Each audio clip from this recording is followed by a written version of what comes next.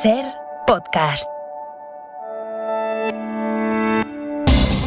Hola, muy buenos días. Atrapados en la política doméstica y en las polémicas diarias que van de los indultos a las vacunas, conviene atender a cómo se está moviendo el mundo con imágenes simbólicas que representan por sí mismas, sin un cambio de época, por lo menos un cambio de etapa.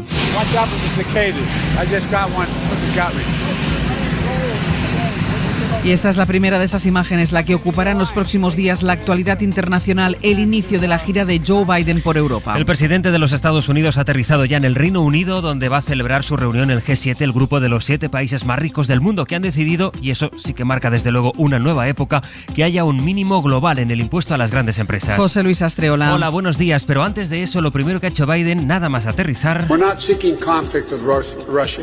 We want a stable, predictable relationship. Es lanzar este mensaje a Rusia, la que ha advertido de que responderá a sus acciones dañinas. La última acción de Moscú ha sido ilegalizar el movimiento del disidente Alexei Navalny, al que mantiene encarcelado. Este viaje de Biden dará un giro a la política exterior de Washington y le acercará a Europa. Corresponsal Marta del Vado, buenos días. Buenos días. La primera parada de Joe Biden en su gira por Europa ha sido para visitar a las tropas estadounidenses con base en Reino Unido y asegurarles que Estados Unidos está de vuelta.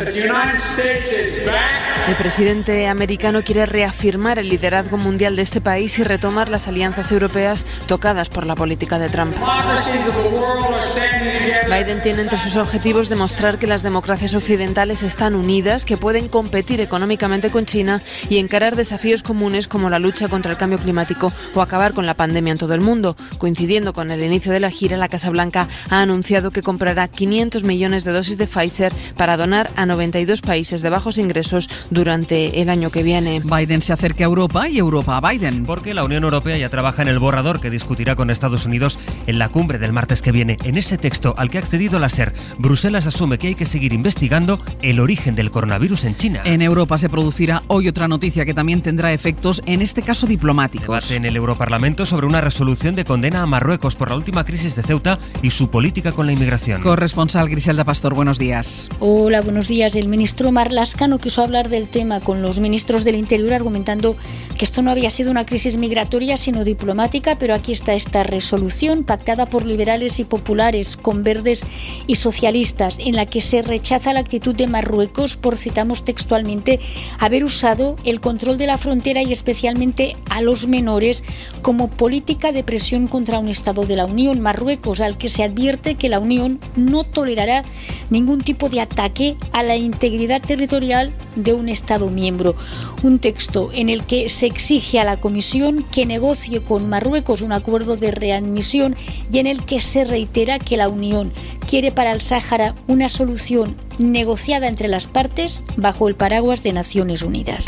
La verdad es que para contar hoy la política doméstica, esa que a veces nos atrapa, hay que acudir también a la actualidad internacional. Mis primeras palabras son para dar la bienvenida a mi querido amigo, el presidente del Reino de España, don Pedro Sánchez. Me encontré con alguien con quien compartimos una mirada muy... Ha sido en Argentina, en la primera parada de su gira por América Latina, donde Pedro Sánchez se ha referido por vez primera a la carta de Oriol Junqueras, donde el presidente ha dejado todavía más cerca la posibilidad de los indultos a los presos del Procés y donde ha introducido Sánchez una nueva palabra: magnanimidad. Cualquier paso a favor de la distensión es bienvenido. Y comprendo además que pueda haber ciudadanos que tengan reparos sobre esta decisión que puede tomar el gobierno de España, pero les pido que tengan confianza. Sánchez no puso fecha para la mesa de negociación con la Generalitat, no dijo si Oriol Junqueras estaría en ella, aunque sí que dio una pista. Sin querer vetar a nadie, anticipa que esa es una mesa entre gobiernos. Y hay que acudir también a un acontecimiento internacional, deportivo, en este caso, para hablar de otro asunto que es noticia: las vacunas. Finalmente será el ejército el que administre hoy la primera dosis de Pfizer a los jugadores de la selección española, Sampe. Sí, una decisión que llega algo tarde, a solo 5 días del debut ante Suecia. Implica que la segunda dosis, por tanto, no se les será administrada hasta que lleguen a la fase de cuartos, si es que llegan. Por eso el tercer capitán no entiende la situación. Anoche Jordi Alba en el larguero con Manu Carreño. Pues somos un mandado, ¿no? Si toca vacunarnos, pues a vacunarnos, ¿no? Que se haga ahora también porque han visto las orejas al lobo. Si no se hacía antes, tampoco entiendo ahora tampoco tantas prisas. La protección ideal no se produce hasta una semana después de haber recibido la segunda dosis en el caso de Pfizer, con lo que la inmunidad completa no les alcanzaría hasta haber llegado, si es que lo hacen, a las semifinales del torneo. Fue la ministra Darias la que explicó esta decisión de vacunar a los futbolistas, y la ministra explicó que ahora sí hay consenso con las comunidades en las restricciones para la hostelería, aunque el País Vasco no votó. Hay consenso a cambio de que su ministerio haya renunciado a proponer las medidas que hace solo una semana decía que eran necesarias y de obligado cumplimiento. Aquellas medidas serán ahora recomendaciones y cada autonomía decidirá las que aplica. Las medidas de hostelería no forman parte de este documento, de esta DAC. Las de ocio nocturno y eventos multitudinarios no ordinarios pasan a recomendaciones y el resto de la DAC se mantiene en su integridad. El consenso no es fácil, pero si se busca, se ha encontrado.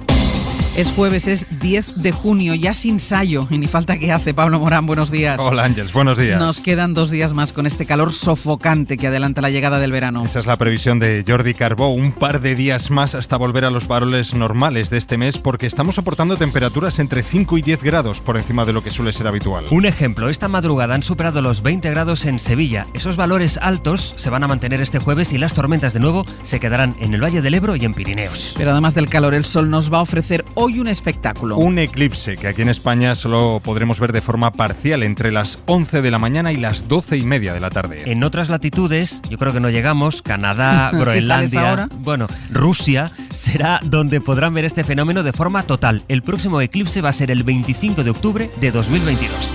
Y otro de los anuncios que se espera de Joe Biden en su viaje oficial a Europa es la donación de 500 millones de vacunas para países con bajos recursos. 500 millones de vacunas para un centenar de países en los 2 próximos años. Es un plan que adelantaba este miércoles el New York Times y que Biden detallará en la cumbre del G7 que empieza mañana. A esos líderes reclamaba apoyo el director general de la Organización Mundial de la Salud después de constatar que la vacunación sigue marchando a 2 velocidades entre los países ricos y los más pobres. Aquí la incidencia sigue bajando y Galicia se suma a las comunidades que han alcanzado el objetivo, el de los 50 casos por cada 100.000 habitantes. Y junto a Galicia están en esa marca Ceuta, Baleares y Comunidad Valenciana. A nivel nacional la incidencia está en los 112 casos, aunque los contagios han repuntado en 5 autonomías, con especial incidencia en esta franja de edad que apuntaba la ministra Darias. Los menores de 50 años muestran una estabilización o incluso un ligero incremento en la transmisión, que es más evidente en los menores de 35 años. Casi 3 de cada 4 españoles confían en recuperar pronto su vida anterior a la pandemia y una mayoría cree que el gobierno y las comunidades deberían haber sido más estrictas en el control del virus. Son los datos principales de la última entrega del barómetro especial que ha hecho el CIS sobre el impacto del COVID en España. María Manjabacas. Aumenta el descontento de los españoles con el control de la pandemia. Más de la mitad considera que el gobierno y las comunidades tenían que haber tomado medidas más estrictas, más duras, y mirando a futuro hay más gente que confía en la vacunación respecto al anterior sondeo de diciembre. La mayoría, el 73%, piensa que cuando se alcance la inmunidad de rebaño volverá a hacer lo que hacía antes, pero casi un 16% cree que no va a recuperar la vida que tenía antes de la pandemia. En lo que coinciden la mayoría es en que ha cambiado su forma de vida y de pensar. Los problemas que más angustian a los españoles son los económicos y laborales. A casi un 9% le ha supuesto un despido o un ERTE. Y respecto a la mascarilla, de media los españoles usan 5 a la semana y la tienen puesta más de 4 horas al día. Y ojo a otra alerta sanitaria mucho más sigilosa que el virus. La de la resistencia a los antibióticos, que la OMS sitúa entre las 10 principales amenazas de salud pública actualmente. La Agencia Española del Medicamento acredita que las muertes e infecciones por esas resistencias a los medicamentos se están incrementando en nuestro país, a pesar de que se reduce el consumo. Información de Teresa Rubio. En 2014 éramos los primeros de Europa en consumo de antibióticos en sanidad veterinaria y los segundos en sanidad humana, y ahora hemos pasado al 4º y 5º puesto respectivamente. Aún así, la resistencia antimicrobiana provoca en nuestro país más de 4.000 muertos anuales y la cifra sigue subiendo. María Jesús Lamas es la directora de la Agencia Española del Medicamento. Ha disminuido en un 54% el consumo en veterinaria y en un 33% el consumo en humana. Falta por saber si esto ha tenido una traducción directa en que haya menos infecciones de las que habría de no haberlo hecho, porque lo que sí vemos es que sí siguen incrementándose las infecciones y la mortalidad por infección multiresistente. En estos momentos en el mundo 6 de cada 10 enfermedades infecciosas que padecen las personas provienen de los animales.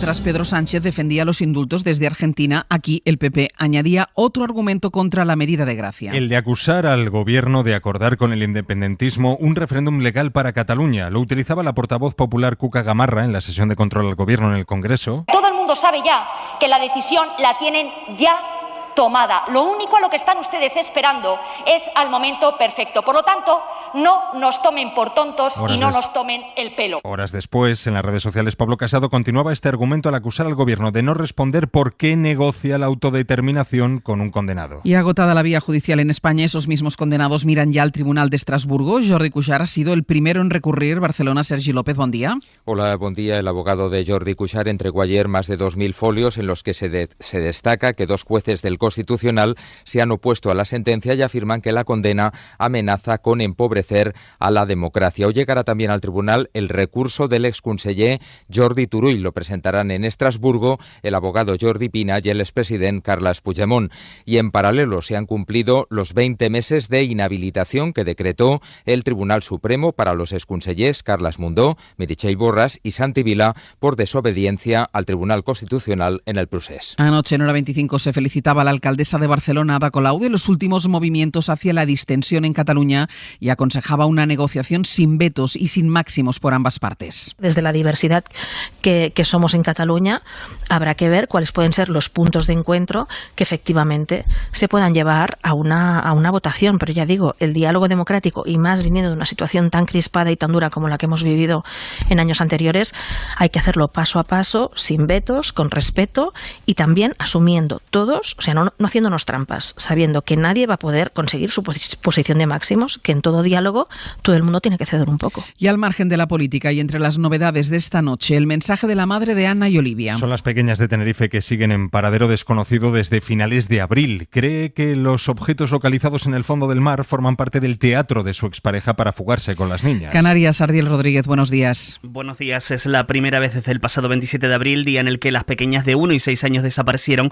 que Beatriz Zimmerman habla. Lo ha hecho en un audio remitido a los medios de comunicación con el que ha querido acallar los rumores de que está destrozada. Todo lo contrario, dice estar más positiva que nunca. Y sobre los objetos que se han ido encontrando los investigadores, cree que todo es una puesta en escena del propio Jimeno. Para mí todo esto ha sido un teatro. Yo creo que si se cometiese una locura de ese calibre, tan loca, tan sumamente loca, sería mucho más rápido. Por cierto, que el buque Ángeles Alvariño, que encontró la botella de oxígeno y la sábana a 1000 metros de profundidad, va a seguir a Ángels en Tenerife hasta el próximo 14 de junio. En Perú sigue el agónico recuento de los votos del domingo que decidirán quién preside el país. El candidato de la izquierda, Pedro Castillo, mantiene una ventaja de en torno a 70.000 votos sobre Keiko Fujimori, que intenta ahora dar la vuelta a esos resultados provisionales al reclamar la nulidad de 802 actas electorales. Se asegura que hay fraude y estos son sus cálculos. Estas 802 actas representan aproximadamente 200.000 votos. Atentos a la situación en Perú y también a la de Nicaragua, que estos días es fuente de preocupación y de condena internacional por la detención de varios candidatos opositores a Daniel Ortega. Ya van 4 y Estados Unidos ha tomado cartas en el asunto. Bayo. Sí, Washington ha llamado dictador a Daniel Ortega y en las últimas horas ha decidido imponer sanciones a su hija y a otros 3 funcionarios. Dice el Departamento de Estado que el régimen socava la democracia y trata de silenciar a los medios de comunicación con estas detenciones que llegan a pocos meses de las elecciones generales de noviembre. El portavoz de la ONU asegura que el secretario general de la ONU se ha mostrado muy preocupado por los arrestos y por la invalidación de candidaturas y ha exigido la liberación de los detenidos. Lo mismo también pide España, mientras el secretario general de la Organización de Estados Americanos ha instado a sus miembros a suspender la participación de Nicaragua por romper el orden democrático. Y nos vamos a Italia. Ha finalizado la limpieza de las capillas de los Medici en Florencia. Joan Solés. Las esculturas, el día y la noche, el amanecer y el crepúsculo en las capillas de los Medici, en la sacristía nueva de San Lorenzo de Florencia, vuelven a relucir como Michelangelo las terminó en 1534, sin la suciedad que habían acumulado en casi 5 siglos, imposible de erradicar en el mármol hasta ahora. Por primera vez se ha utilizado una moderna técnica biológica a iniciativa del Consejo Nacional Italiano de Investigaciones. Un gel ha explicado en rueda de prensa la restauradora Marina Vicenti, cargado de bacterias hambrientas. Con algunos batteri selezionati que mangiano cepas de bacterias seleccionadas que se han comido la porquería acumulada, ha dicho la experta, y han devuelto el blanco al mármol esculpido por Michelangelo. Il bianco del marmo scolpito da Michelangelo.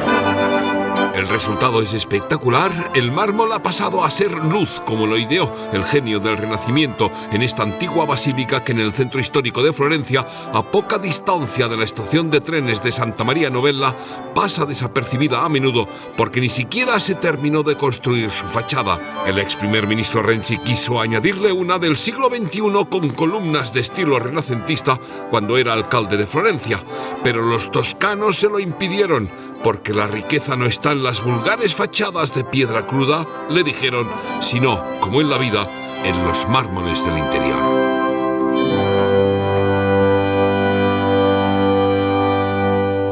Antes de que nos pongamos a repasar los titulares y los artículos fundamentales en la prensa de esta mañana, hoy vamos a quedarnos con las fotografías de sus portadas porque ya para empezar sirven para ilustrar lo que se está moviendo en España y fuera de España. Ahí está la primera de La Vanguardia y del periódico con el giro que da Biden a la política exterior de los Estados Unidos, con el viaje que empieza a Europa, empezado por el Reino Unido, y inicia antes de salir con una plaga de cigarras. Se ve aquí en esta imagen como Biden mata a uno de esos bichos. Dicen que hay una plaga de esas en Washington cada 17 años que invaden toda la ciudad. En varios digitales se ve otra imagen, el choque de puños en Buenos Aires entre Pedro Sánchez y el presidente argentino Alberto Fernández, que ayer se disculpó después de decir: escribió alguna vez Octavio Paz que los mexicanos salieron de los indios, los brasileros salieron de la selva, pero nosotros los argentinos llegamos de los barcos. Y eran barcos que venían de allí, de Europa. En la primera del mundo y La Razón está la ovación a Plácido Domingo en el Auditorio Nacional de Madrid en su regreso a España. Casi 8 minutos de aplausos para el tenor, que hizo 5 bises y que se apartó y apartaron, porque hubo varias cancelaciones, cuando le acusaron de abusos compañeras de profesión. Él mismo envió un comunicado en el que pedía perdón y aceptaba la responsabilidad. Y en la portada de los periódicos deportivos se mezcla la información sobre el inicio de la Eurocopa con la vacunación de los jugadores de la selección. Y en la imagen de primera del País está el escritor Emmanuel Carrer, está en su casa donde fueron a entrevistarle ayer y donde dejó esta frase. Dice Carrer: hay una especie de locura española como la hay rusa. No son gente del todo razonable. Emmanuel Carrer, a quien dieron ayer el premio Princesa de Asturias de las Letras. Es jueves, es 10 de junio.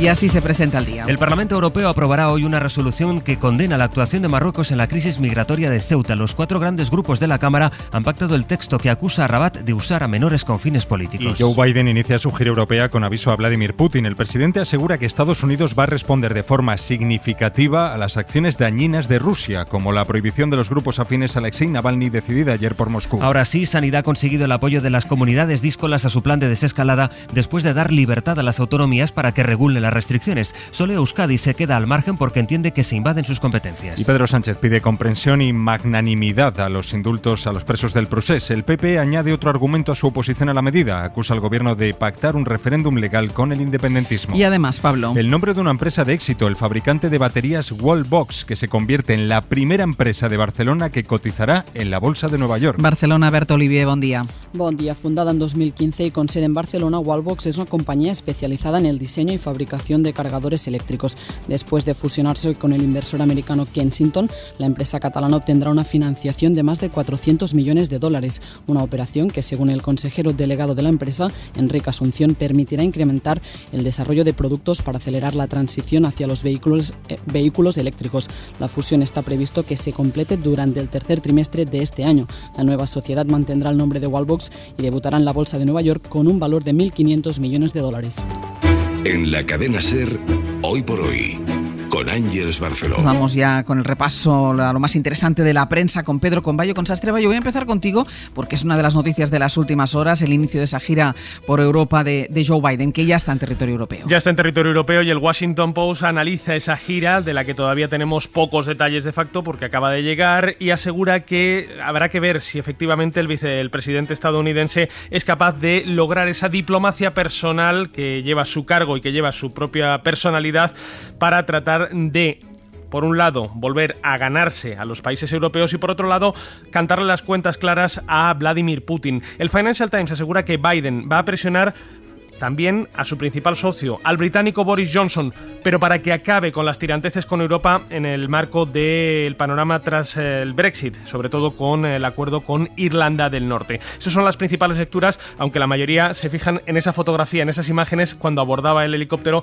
con la cigarra que se le colaba en el cuello, sí, y aseguraban que la naturalidad con la que Biden resolvió el asunto parecía muy diferente de la que mostraba su predecesor en el cargo, Donald Trump. Biden está presente, sí, en la prensa española, en algunas imágenes de portada, ya lo hemos comentado, en La Vanguardia, por ejemplo, en El Periódico. El País destaca en su primera ese borrador de declaración conjunta de la próxima cumbre entre Europa y Estados Unidos, entre las instituciones europeas y el presidente Biden.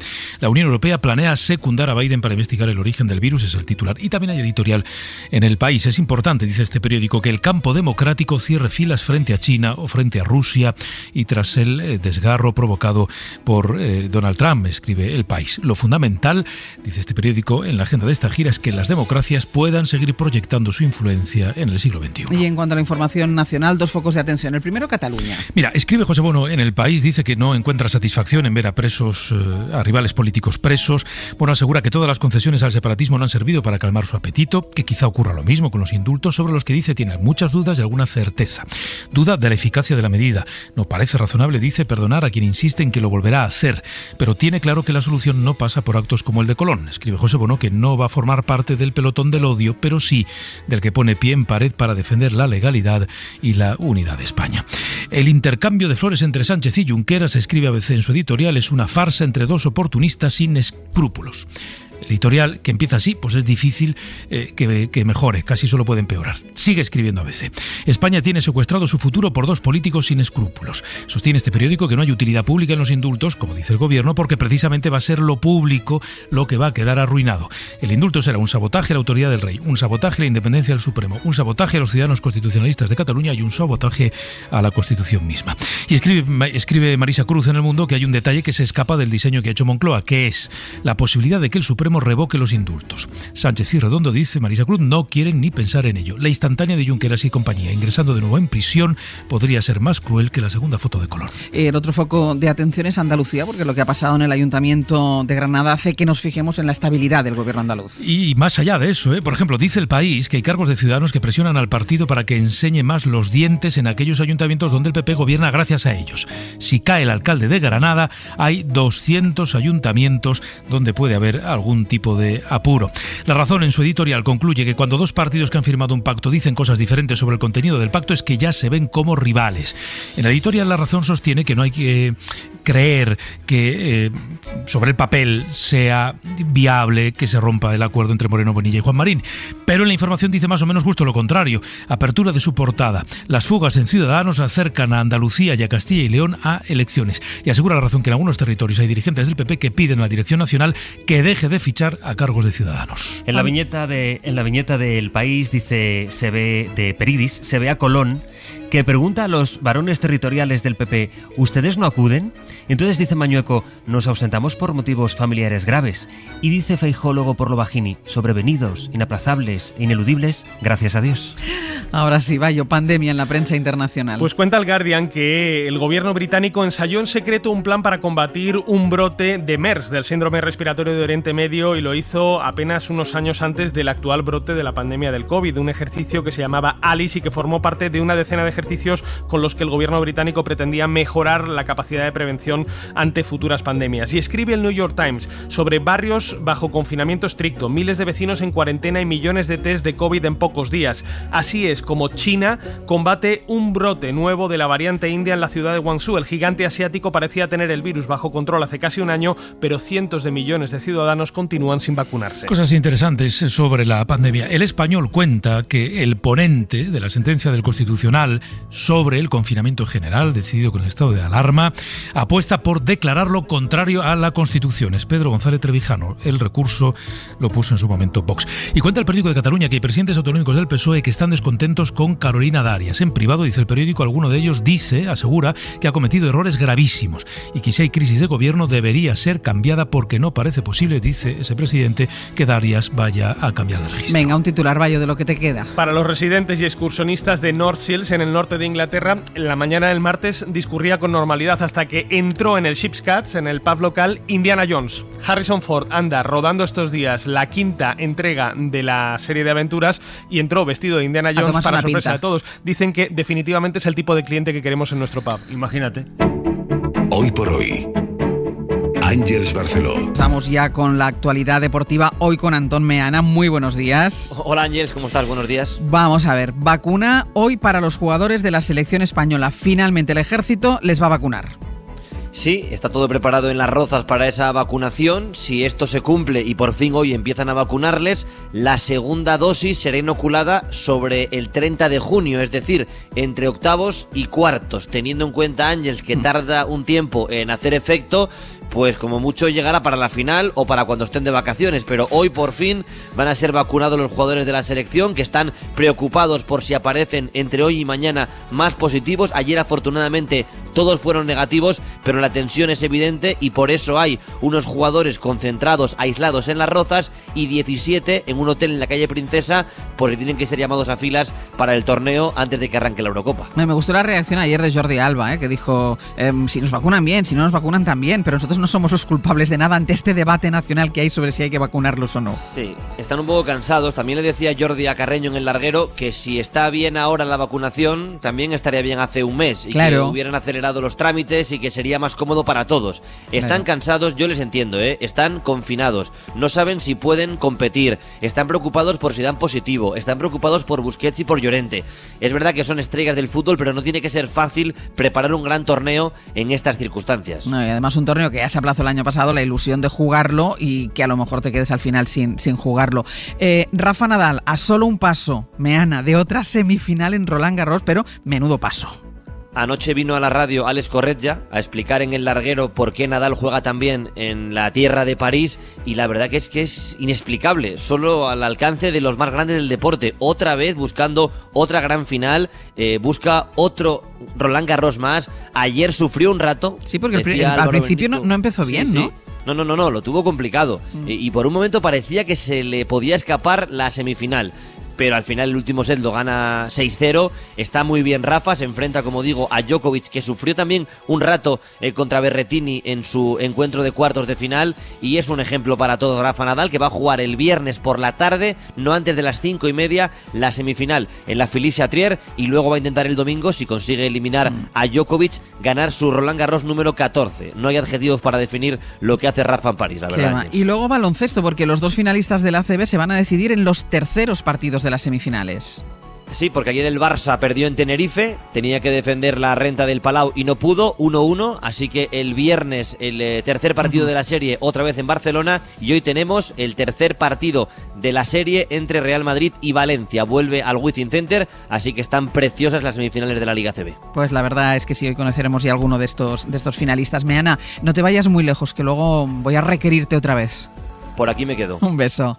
Un beso.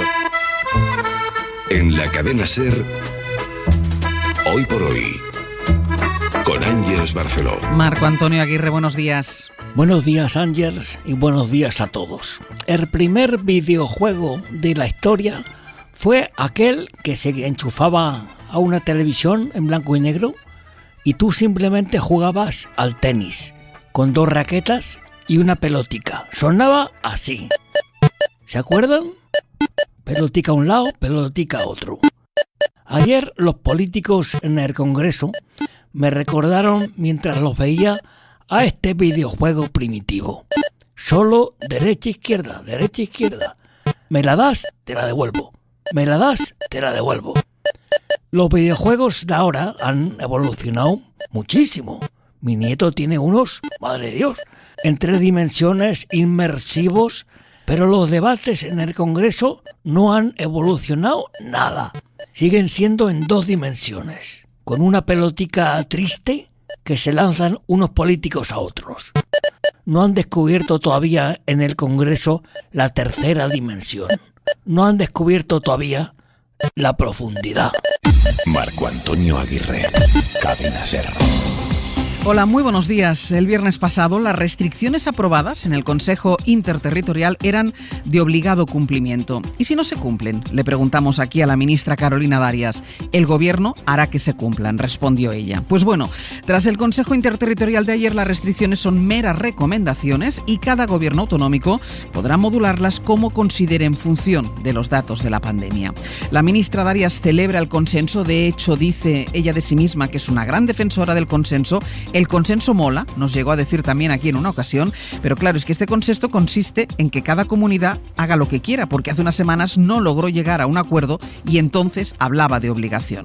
Era difícil de entender que algunas de las restricciones impuestas la semana pasada fueran más duras que las que había con una incidencia mayor, más severas, por ejemplo, que el verano pasado, y los negocios que empezaban a respirar con la desescalada volvían a temblar ante los cierres y las reducciones de aforo. Después de más de un año de pandemia, es más importante que nunca, bueno, de hecho yo creo que siempre lo ha sido, que se explique bien por qué se piden los esfuerzos que se piden. Hay cansancio y la cercanía del final de la pandemia, que aventura el ritmo de la vacunación, exige que si se tienen que dar pasos atrás sean muy bien explicados.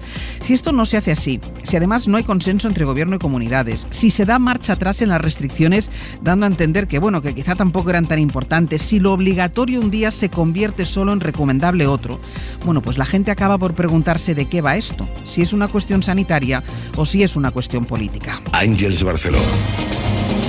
Todavía nos quedan por lo menos un par de días de calor sofocante, Jordi. La idea es que donde más calor está haciendo estos días ya no va a subir más la temperatura, incluso bajará el fin de semana, pero igualmente con tiempo veraniego, y en el resto del país, especialmente cerca del Mediterráneo, los próximos días el calor va a ir a más, como en Canarias hoy, donde máximas cercanas a los 40 grados serán probables, sobre todo en la provincia más oriental, al igual que en el Valle del Ebro. En definitiva, calor como ayer, mucho sol, durante la tarde tormentas sobre todo en los Pirineos y al sur de la Ibérica.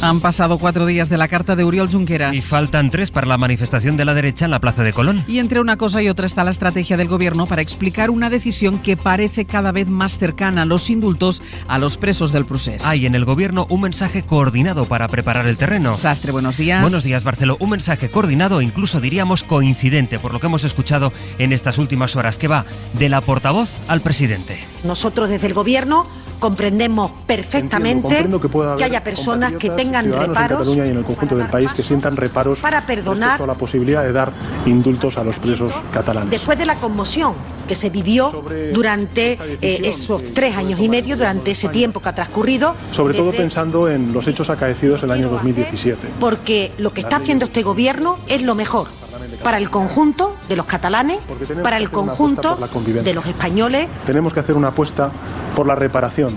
La sociedad española tiene que transitar de un mal pasado a un futuro mejor. Esto dijo Pedro Sánchez ayer. Había apelado el presidente a la concordia e introdujo una palabra nueva, esta. Magnanimidad al conjunto de la sociedad catalana y al conjunto de la sociedad española, porque creo que el desafío que tenemos por delante merece la pena. El presidente habló de la carta de Junqueras por primera vez y lo hizo en Argentina, en la primera parada de la gira por Latinoamérica, que hoy le lleva a Costa Rica, donde ha aterrizado hace 40 minutos. Enviada especial Inma Carretero, buenos días. Hola, buenos días. Realmente el presidente da por hechos los indultos en sus intervenciones. Cada día da un paso más y es más explícito, y en lo que se esfuerza sobre todo es en hacer pedagogía. Ayer en la Casa Rosada dio la bienvenida a la carta de Oriol Junqueras, la consideró un paso para la distensión y reforzó esa idea de que este desafío, el de los indultos, merece la pena. El objetivo, dijo, es la convivencia, abrir una nueva etapa de diálogo, aunque de nuevo no comprometió fecha para la mesa entre gobiernos. No quiso vetar la presencia de Junqueras, pero alejó esa posibilidad. No me gusta vetar a nadie desde el punto de vista de la declaración pública. Creo que todos somos muy conscientes de que estamos hablando de una mesa entre gobiernos y, por tanto, es una mesa entre gobiernos. El primer hito, eso aseguró Pedro Sánchez, va a ser la reunión con el presidente de la Generalitat. Vamos a construir convivencia con nuestras decisiones, eso ha dejado dicho en Buenos Aires. Sobre una posible crisis de gobierno, ¿habrá cambios o no de ministros? Pues fue muy escueto el presidente. Nuestras prioridades son claras. Una es la vacunación y la otra es la recuperación económica. Y lo demás, pues, ¿qué quiere que le diga? No es es prioritario. Y en el otro lado está la oposición del Partido Popular, que culminará el domingo que viene con la manifestación en Colón, que compartirá con Vox y con Ciudadanos. Pero Pablo Casado no quiere dejarlo solo en esa plaza. Va a buscar otras y que sean también simbólicas. Va a recoger firmas contra los indultos en las plazas de la Constitución de las grandes capitales españolas. Mariela Rubio, buenos días. ¿Qué tal? Buenos días. Así que el PP se aferra a dos de sus estrategias más discutidas, incluso internamente, tanto la foto de Colón como la recogida de firmas. Sí, Casado pretende marcar la cita de Colón en una gran ofensiva no de las tres derechas, sino del PP. Así el domingo el partido instalará mesas de recogida de firmas en las plazas de la Constitución de distintas capitales, donde van a acudir además dirigentes del PP. Llevan ya más de 100.000 firmas. Con esta iniciativa, Génova quiere el domingo exhibir músculo territorial, algo que aseguran no pueden hacer otros partidos como Vox y Ciudadanos, y mostrar así que la bandera del rechazo a los indultos está en el territorio íntegramente en manos del PP. En las horas previas a Colón, el sábado, Casado también exhibirá poder municipal, tratando también de marcar distancia con el resto de las derechas, reuniendo nada menos que en Murcia a los principales alcaldes populares para celebrar 2 años de gobiernos municipales del PP. Creo que hoy es un día importante. El consenso no es fácil, pero si se busca, se ha encontrado. Celebraba la ministra Carolina Darias el consenso que ahora sí existe entre las comunidades por las restricciones en la hostelería, aunque para lograr ese consenso Sanidad ha tenido que renunciar a las medidas que hace solo una semana le parecían necesarias. La regulación de aforos y de horarios que la propia Darias advertía de que eran de obligado cumplimiento. Se revolvieron varias autonomías. La Audiencia Nacional suspendió las restricciones en el caso de Madrid y al final Sanidad renunció a las medidas. Ahora quedan en recomendaciones. El hecho de que se haya puesto recomendaciones no significa que se abra, sino significa que cada comunidad, en relación a la situación epidemiológica de cada una de ellas, pues va a decidir ir abriéndolo, ¿no? María Laurido, buenos días. Buenos días, O Ángeles. sea que el consenso consiste en que cada comunidad regule a su manera. Bueno, pues lo acabamos de escuchar. En sus manos queda la desescalada del verano y el único límite es la evolución de los datos epidemiológicos. Las comunidades autónomas decidirán con total libertad las medidas para bares, restaurantes y discotecas, un sector económico muy importante. Hablamos de aforos, horarios de cierre, cuestiones que en realidad, Ángel, son competencia de las autonomías y que la ministra Darias intentó imponer la semana pasada. No pudo, por la rebelión de los territorios, por el auto de la Audiencia Nacional. En la nueva orden rectificada que Darias quiere firmar hoy no se incluye, como venimos contando, la regulación de la hostelería, y en cuanto al ocio nocturno son recomendaciones que se flexibilizan todavía más porque, por ejemplo, las comunidades pueden ampliar el horario de cierre en función de la evolución de la pandemia. La reunión de ayer fue una balsa de aceite. Todas apoyaron de nuevo el nuevo documento, salvo el País Vasco, que no participó, como la semana pasada, ni en el debate ni en la votación, porque Urkullu sigue su propia hoja de ruta. Hasta luego, Mariola. Hasta ahora. Tuvo que explicar la ministra Darias otra decisión. La decisión del Gobierno de vacunar a la selección española de fútbol. Por tanto, lo hemos hecho igual que lo hemos hecho con nuestras selecciones olímpicas y vamos a vacunar a todos nuestros futbolistas de la selección española.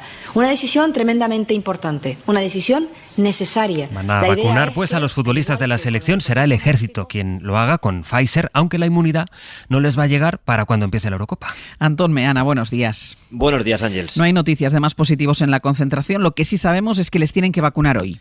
Sí, en la burbuja de Las Rozas lo tienen todo preparado. Si no hay sorpresa y hoy les ponen la primera dosis, la segunda será inoculada sobre el día 1 de julio, entre octavos y cuartos de final, siempre que España llegue tan lejos en el torneo. Si tenemos en cuenta que hasta pasados 7 días del segundo pinchazo no se puede garantizar la protección óptima, necesitan llegar hasta semifinales y puede que hasta la final para que la vacunación les proporcione la máxima protección posible antes de acabar la Eurocopa.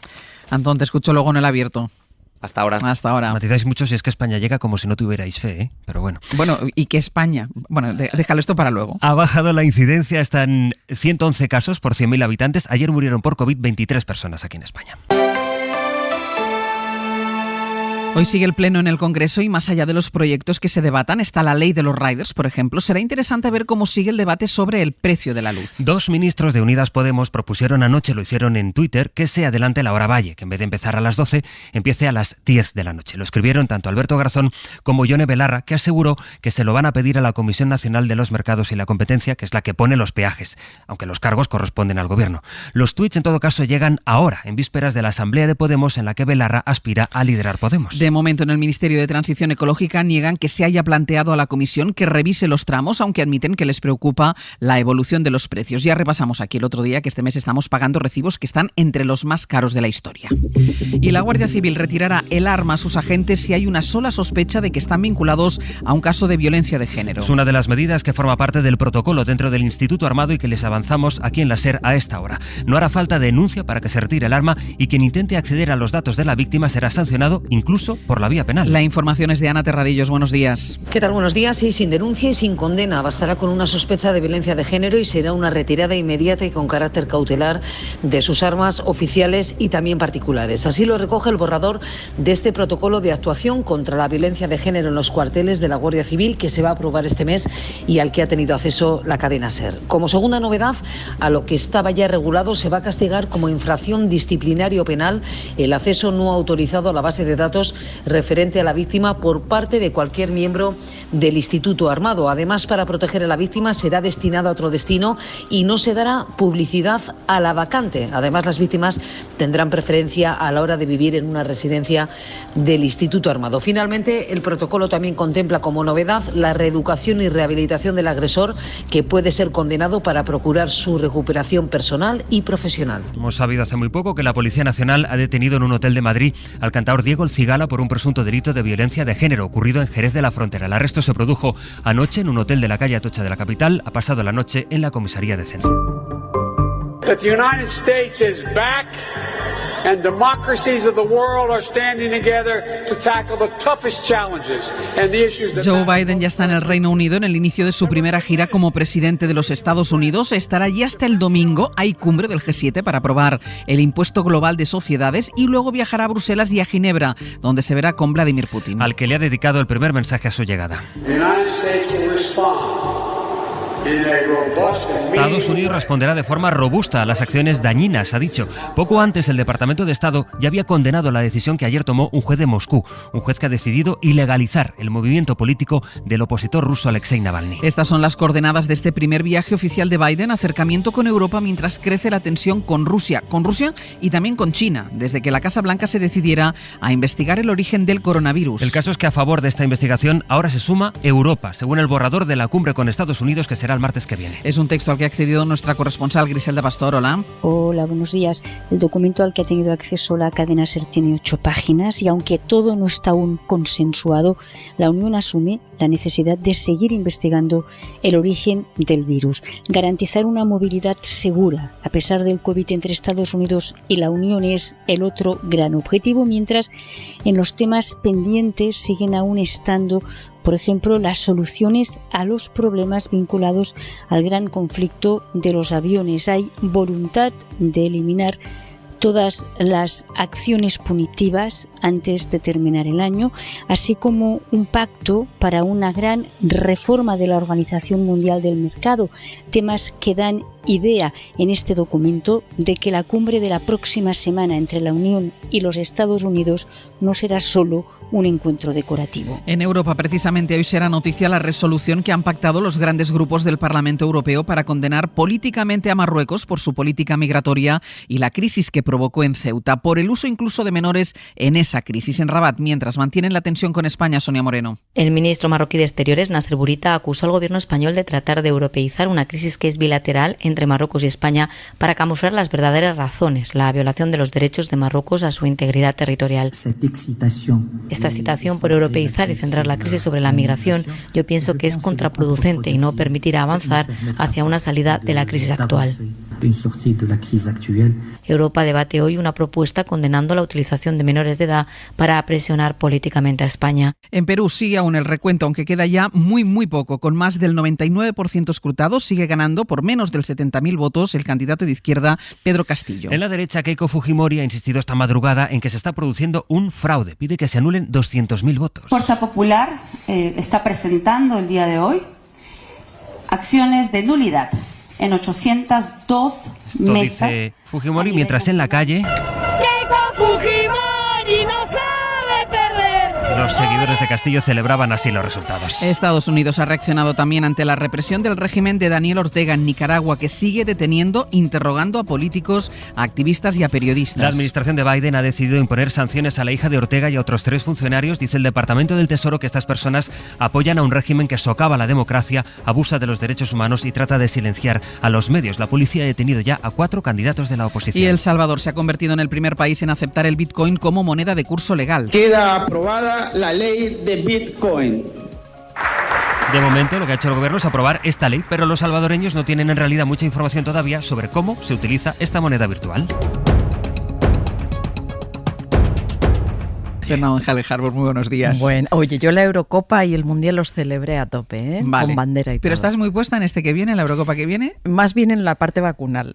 ¿Sabes qué día empieza? 4 días, ¿no? Mañana, empieza mañana. José María, la selección española juega el lunes. José María Lasalle, buenos días. Hola, buenos días. No te pregunto por fútbol. Pues no, más vale que no. Vale, Verónica Fumanal, buenos días. Buenos días. ¿Y a ti? A mí tampoco. ¿Para qué voy a disentir? Bueno, pues de fútbol no hablaremos, sí hablaremos de vacunación, hablaremos de pandemia, pero antes una imagen y un sonido que se produjo ayer en el Auditorio Nacional de Madrid. Volví a los escenarios de la capital, los escenarios españoles, de hecho, después de año y medio de aquel escándalo en el que una veintena de mujeres en la Ópera de Estados Unidos acusaran a Plácido Domingo de acoso sexual. Él no había vuelto, se habían cancelado muchas de las actuaciones que tenía previstas, no solo aquí, sino también fuera de España. Ayer volvió, ayer actuó y esta fue la ovación.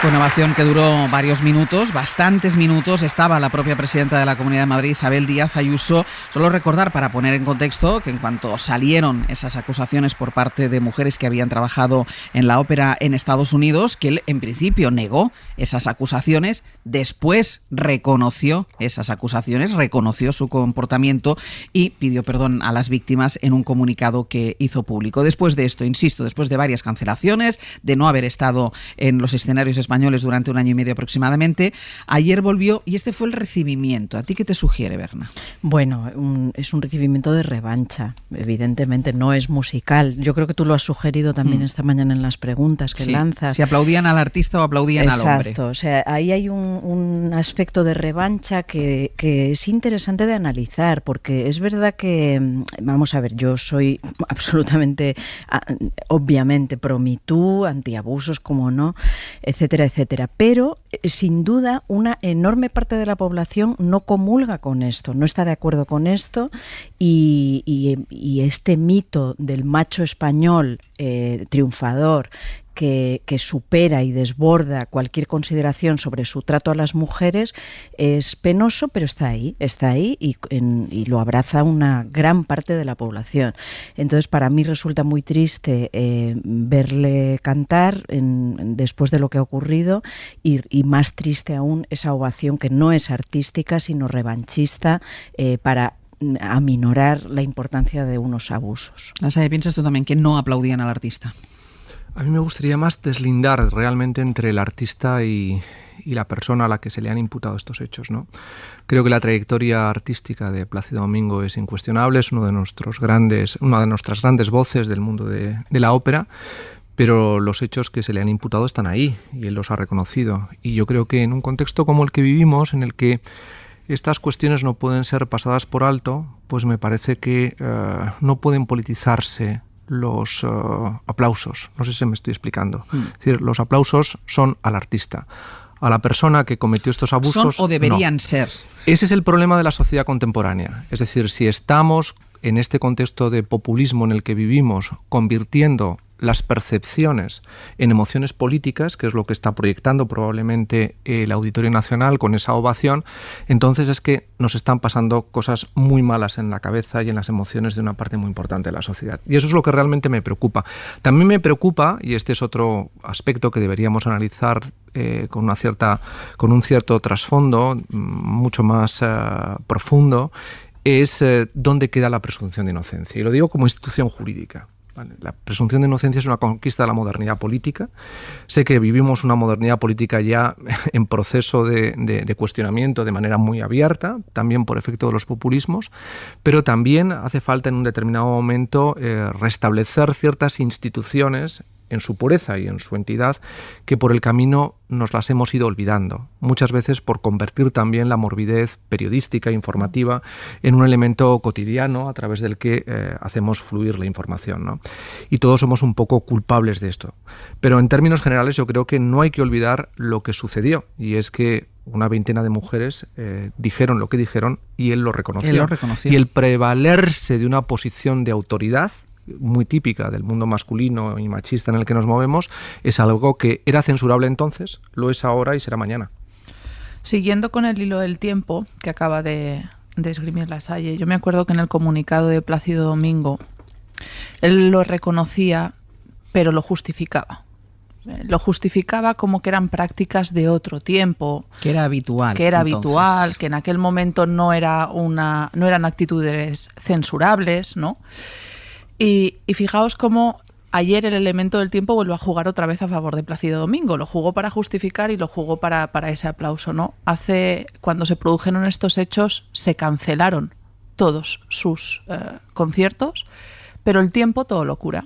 Ha pasado el tiempo y ayer hubo de nuevo una ovación.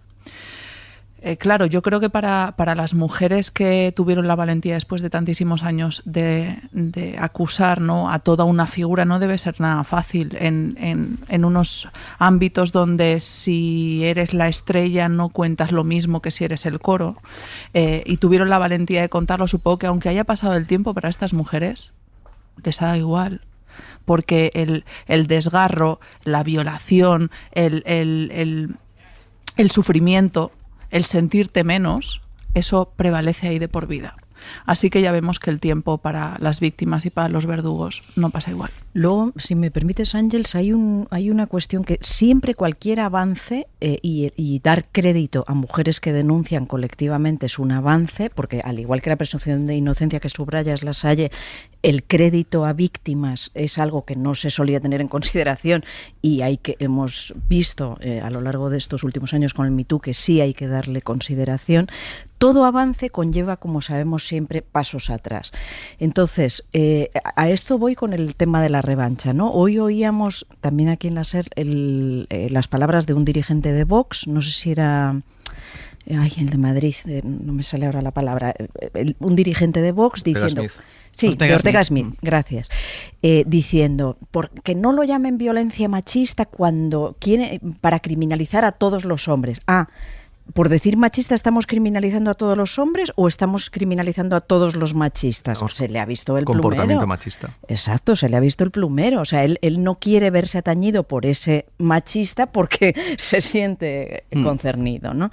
Entonces, lo importante para mí es eso, el avance, el crédito a decenas de mujeres. Ahora, no podemos minusvalorar, desde luego, un movimiento fuerte, y desde luego es un movimiento que Vox jalea y dices que estaba Ayuso, ¿no? Bueno, pues está claro en qué colón se pone cada uno, ¿no?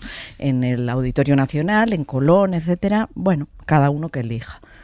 O sea, no me mirabas, no sabía si querías decir algo más. No, creo que lo relevante es poner de manifiesto lo que ha representado el movimiento Me Too, que significa constatar que hay una estructura de mentalidades que legitima y justifica, o ha legitimado y justificado durante mucho tiempo, que la posición de fuerza, de poder, de prevalimiento social, intelectual, de autoridad que en un determinado momento ha tenido el hombre, ha justificado situaciones como las que fueron denunciadas. Y eso estaba mal, insisto, entonces, y está mal ahora. Pero también hemos de ser capaces en un determinado momento, poniendo en valor evidentemente el testimonio de las víctimas, que está ahí, y estoy pensando, por ejemplo, en la figura de Woody Allen y todo lo que ha implicado y tantos otros, que en un determinado momento la atención y el foco que se ponen en determinadas personas y la conexión con todo un mundo de información donde todo vale también, hace que por el camino estemos perdiendo muchas cosas y, entre otras, en mi opinión, el valor que tiene la institucionalidad en una democracia liberal que es la presunción de inocencia, porque también la presunción de inocencia debe operar sobre quienes son víctimas en un determinado momento. Sí, pero eso mira, no José María, dime con un aplauso. José María, hubo un tema que sacó... no hagáis debates paralelos. Un tema que sacó la cadena SER hace un par de años fue un juez que en una sala le llamaba a una víctima que estaba siendo juzgada, una supuesta víctima, le llamó hija de puta y bicho. ¿Sabes dónde está ese juez? Juzgando, en una sala de violencia de género. ¿Sabes dónde está ella? ¿Dónde estaba? Sí, pero sí. Lo siento mucho, es que la presunción de inocencia está fantástica como figura ética y jurídica, pero el sistema judicial no siempre hace justicia con las víctimas de género. Bueno, en todo caso, quien no debe hacer justicia es el público aplaudiendo, ya digo, creo que por razones extraartísticas. Lo he dicho, Berna, lo he dicho que es producto del populismo en el que estamos instalados, y es convertir de pronto la emoción en un pronunciamiento político o en un hecho. Sí. Para víctimas y para verdugos. Es a lo que también yo me refiero. Sí, ¿de acuerdo? Que esto es lo preocupante en el seno de la sociedad contemporánea en la que vivimos. Vamos con lo que pasó ayer en el Consejo Interterritorial. Ya saben que la ministra de Sanidad, Carolina Darias, buscaba el consenso con las comunidades autónomas sobre las restricciones en el ocio nocturno y la hostelería. Después de lo que había pasado tras el último Consejo Interterritorial de la semana pasada, algunas comunidades se rebelaron, no aceptaron lo que salió de ese consejo, incluso no respetaron algunas de las restricciones que habían entrado en vigor. María Lauridola, de nuevo. ¿Qué tal, Ángeles? Al final la ministra ha encontrado ese consenso que tanto buscaba y que tanto defiende, pero claro, el consenso se traduce en que cada comunidad autónoma haga lo que quiera. Sí, la ministra Darias va o pretende, ¿no?, firmar hoy mismo la nueva orden rectificada para notificársela a las comunidades autónomas para que empiece a ser efectiva. El cambio del nuevo documento es radical. Ya no se dice que las medidas son de obligado cumplimiento independientemente del voto, como se decía en la orden publicada en el BOE, y además el contenido está muy diluido, está muy suavizado. Efectivamente, no se incluye nada sobre las restricciones en bares y restaurantes, como adelantamos aquí en Hoy por Hoy. Con respecto al ocio nocturno, sí se mantienen, pero queda escrito que son recomendaciones y además más flexibles. Las comunidades pueden autorizar la apertura de los locales de ocio nocturno valorando los datos de la pandemia. Ya no tienen que estar ni en riesgo cero ni en riesgo bajo. Y sobre la hora de cierre, pues se dice que a las 2, pero da libertad para ampliar ese horario en función, dice, de los datos epidemiológicos, de la evolución. Así que, en resumen, Ángeles, son las comunidades autónomas las que van a dirigir la desescalada en verano, las que van a decidir los aforos y las horas de cierre de bares, restaurantes, de discotecas, de todos los locales. Son materias, en realidad son su competencia, ¿no? Estas decisiones que la ministra Darias intentó imponer la semana pasada, se armó la marimorena y hombre, a ver, es que puso de acuerdo a políticos tan diferentes como Ayuso, Urkullu, a Feijóo, a Pere Aragonés, que Cataluña votó en contra. La reunión de ayer no tuvo nada que ver con la de la semana pasada, fue muy tranquila, muy pacífica, todas estuvieron de acuerdo con esos cambios tan importantes de la ministra y apoyaron el nuevo documento, excepto el País Vasco. El País Vasco, como la semana pasada, no intervino, no quiso participar ni en el debate ni en la votación y dicen en Euskadi que van a seguir su propia guía, ¿no?, de la desescalada. Recordábamos antes, como el viernes pasado, tú recordarás también, hablábamos con la ministra Carolina Darias. Ella nos decía que el gobierno haría cumplir, no había otra opción que cumplir, eran de obligado cumplimiento las restricciones que habían salido del Consejo Interterritorial. Le llegué a preguntar si tenía intención de rectificar. No va a haber rectificación, nos dijo la ministra Carolina Darias, y en una semana las cosas son completamente diferentes. Sí, se va cambiando sobre la marcha, ¿no? Mariola, muchísimas gracias. Venga, hasta luego. Hasta ahora. Se va cambiando sobre la marcha también en la vacunación de los futbolistas de la selección española, porque la convocatoria de los jugadores es del 23 o el 24 de mayo, creo que hace unas 3 semanas aproximadamente. En ningún momento se habló de vacunación, no sabíamos si estaba en las cabezas ni de la Federación ni del Ministerio Ministerio de Cultura ni del Ministerio de Sanidad, y de golpe se empezó a hablar de vacunación en cuanto apareció el primer positivo, que es el caso de Sergio Busquets. Apareció otro positivo, Diego Llorente, se reactivó el debate sobre la vacunación. Aquí también nos dijo el ministro Uribes que era una petición que habían hecho a Sanidad la semana pasada, el viernes de la semana pasada, cuando ya habían pasado muchos días de la convocatoria de los futbolistas. Hoy estamos a jueves y teóricamente hoy, Antón Meana, hola de nuevo. Hola de nuevo, Ángels. Teóricamente hoy el ejército va a vacunar a los futbolistas. Sí, en teoría sí, todo preparado en Las Rozas para que vacunen a los jugadores de la selección que están aislados en la ciudad del fútbol. Como explicábamos antes, si les ponen hoy la primera dosis, tienen que pasar 3 semanas hasta la segunda, es decir, que se la pondrían aproximadamente entre octavos y cuartos de final, y para que estén lo más seguros posible con la dosis completa, con la pauta completa, pues tienen que llegar a semifinales o a la final. Es un poco extraño, los jugadores no lo entienden y la federación sí defiende que ellos llevan meses pidiéndolo y que no recibían respuesta positiva del gobierno y que han tenido que forzar, entre comillas, en los últimos días para que les hicieran caso, y por fin, defiende la federación, se vacune a los jugadores de la selección española. Y de momento, Meana, no ha habido ningún positivo más. Están aislados individualmente, lo hacen todo de manera individual. De momento solo 2 positivos. Afortunadamente sí, están un poco tensos porque todos sabemos que el virus da la cara a veces con días de retraso, sí, y puede aparecer en cualquier momento, Ángels, un positivo que cambia la situación dentro de la burbuja. Estamos en la calle Princesa como ayer porque aquí están los otros jugadores, los que afortunadamente están sanos, no han sido contacto con ningún positivo y están en la burbuja paralela para poder entrenar estos días en Las Rozas y, si hace falta, jugar la Eurocopa. A las 12:30 o a las 12, ahora dudo, en esa franja horaria, rueda de prensa del seleccionador Luis Enrique Martínez, la primera explicación del seleccionador desde que Busquets fue positivo, y esperemos que todo vaya bien para que España pueda jugar con el mayor número de efectivos el próximo lunes, el primer partido en Sevilla contra Suecia. Pues muchísimas gracias, Meana, quedamos pendientes. Si tienes alguna noticia de que ha empezado la vacunación o alguna novedad al respecto, nos pides paso. Perfecto, hasta luego, Ángel. Gracias, Meana. Son 2 cosas diferentes, Verónica, ¿eh? Es el tema de las restricciones y el tema de la vacunación, pero al final hay como un denominador común, que es una cierta improvisación, una cierta... Bueno, en el caso de la vacunación, yo no sé si incluso chapuza en la gestión, porque lo decía ahora Meana, no entrarían, o sea, no funcionarían las vacunas en el organismo de los futbolistas en el caso de que lleguen a semifinales, y en el caso de las restricciones, insisto, por la contundencia con la que la ministra la semana pasada nos decía aquí mismo, esto es de obligado cumplimiento sí o sí. Ahora ella habla de consenso y el consenso se traduce en eso, en que cada comunidad haga lo que quiera. El consenso es no hacer nada.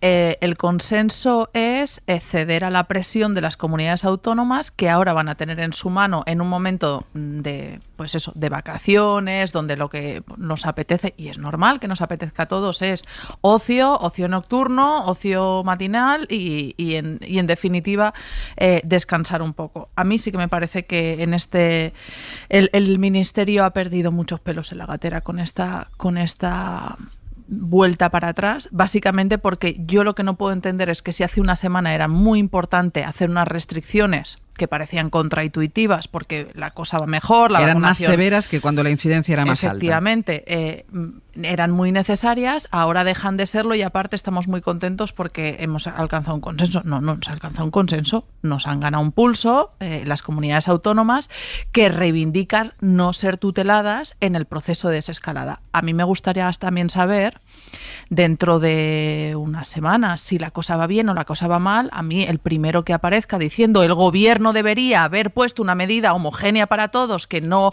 hubiera permitido el despiporre, porque ayer era 9 de junio. El 9 de mayo se acabó el estado de alarma, el segundo, y se hablaba de estado del caos, que el gobierno dejaba al libre albedrío que todo el mundo hiciera lo que quisiera, que esto iba a ser el apocalipsis zombie era menos que el fin del estado de alarma. Entonces, a mí, esta rebelión para que cada uno asuma las competencias y por lo tanto las consecuencias, me parece que está bien, pero si luego nunca se utiliza con tú deberías haber hecho qué. Y sobre lo de la vacunación, a mí, sinceramente, me parece mal. Yo no sé si está bien o no posicionarse tan contundentemente con esto. Yo me he posicionado. Ya, a mí también me parece mal. Yo te escuché ayer y yo le he estado dando vueltas porque digo, pues fíjate, tampoco son tantas vacunas, pero a mí me parece mal. Oye, ¿el rey ha esperado su turno, sí o no? ¿Los ministros y las ministras han esperado su turno, sí o no? Aquí ha esperado su turno todo pichichi. Ayer Corredor también me gustó uno de los argumentos que esgrimió. Oye, hemos enviado una delegación a Eurovisión y no han ido vacunados. ¿Y los futbolistas por qué? Y el argumento que esgrimió aquí el ministro Uribe era que tenían que vacunarse porque representan a España, y por eso decía ayer Nacho Corredor, claro, y Blas Cantó también representaba a España. A mí me gustó. La Salle. Bueno, yo creo que en cuanto a lo primero, es evidente que esto es consecuencia de haber afrontado una desescalada, en mi opinión, algo precipitada, sin dar una cobertura jurídica adecuada al escenario que teníamos por delante. Poner fin al estado de alarma ha supuesto evidentemente que un marco de excepcionalidad como el que vivimos bajo la pandemia pues dejaba abiertas fisuras en la seguridad jurídica, y no lo hemos abordado bien, y lo evidenció la ministra de Sanidad la semana pasada en contraste con sus declaraciones ahora. Por tanto, afrontar correctamente la desescalada implica no solo acertar en la vacunación, sino también en el marco jurídico, y no lo hemos hecho.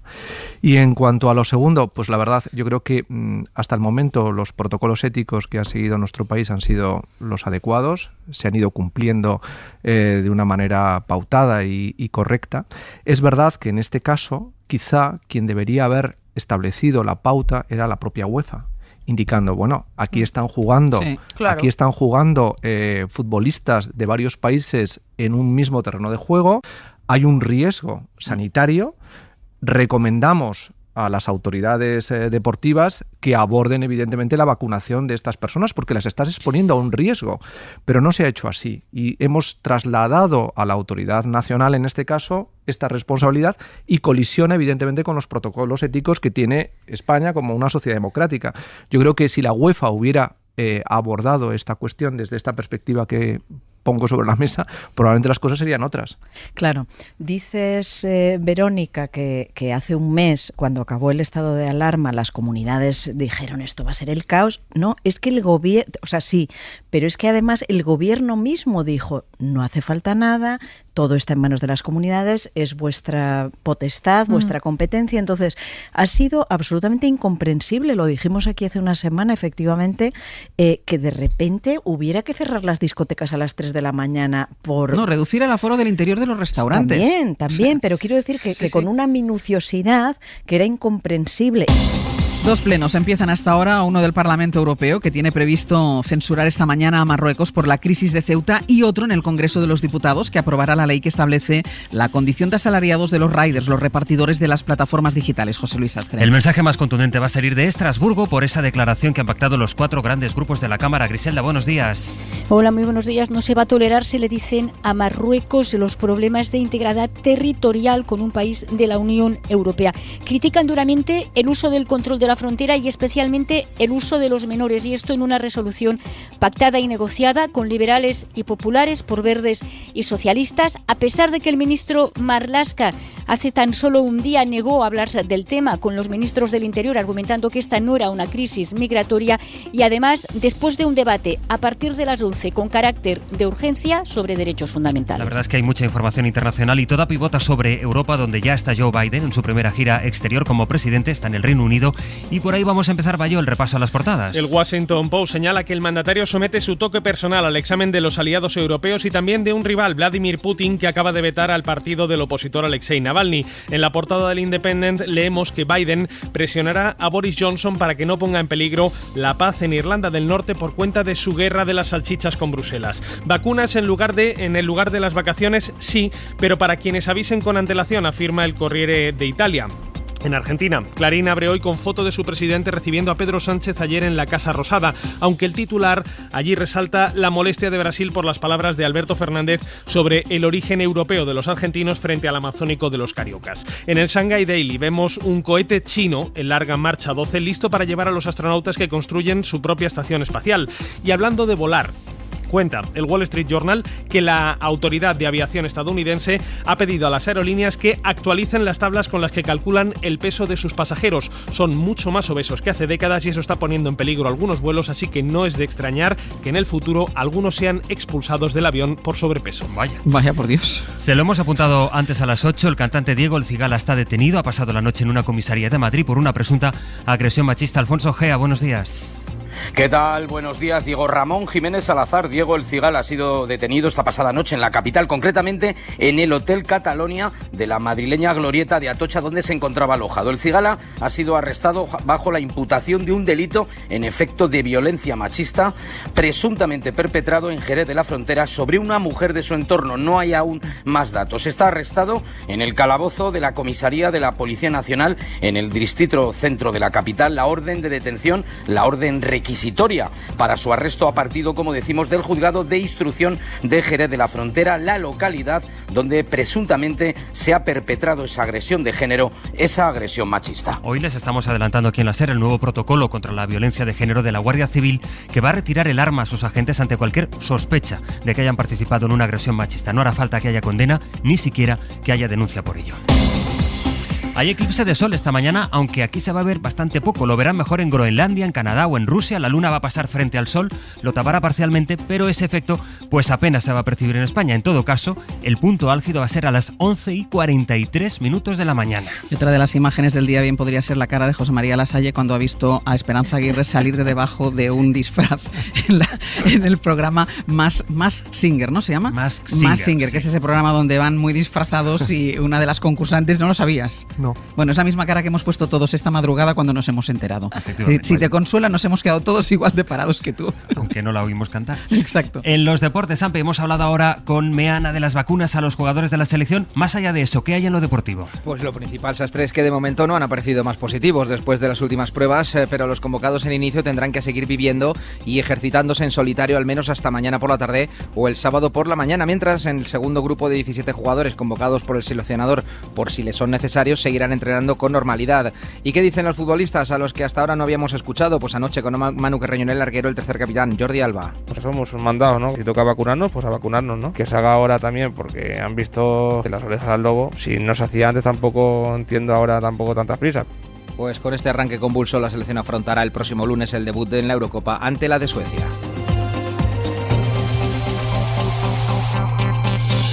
Susana Díaz, muy buenos días. Muy buenos días, Ángeles. Quedan apenas 4 días para que las bases del PSOE andaluz voten. Yo no sé si tiene la sensación de que la suerte ya está echada o cree que le queda todavía trabajo para convencer a la militancia. A mí me quedan muchos kilómetros todavía, Ángel. Estoy en Granada, venía de Puente Genil, camino de Almería y dentro de un rato estaré Serón, Olula, Macael, Líjar, Carbonera. Me quedan todavía unas cuantas peonadas de aquí al domingo. ¿Por qué piensa usted que deberían votar las bases, la militancia del PSOE andaluz a Susana Díaz, que ya fue candidata pero no consiguió gobernar? Bueno, nosotros ganamos las elecciones en el 2018, pero la foto de Colón se inauguró aquí, en San Telmo.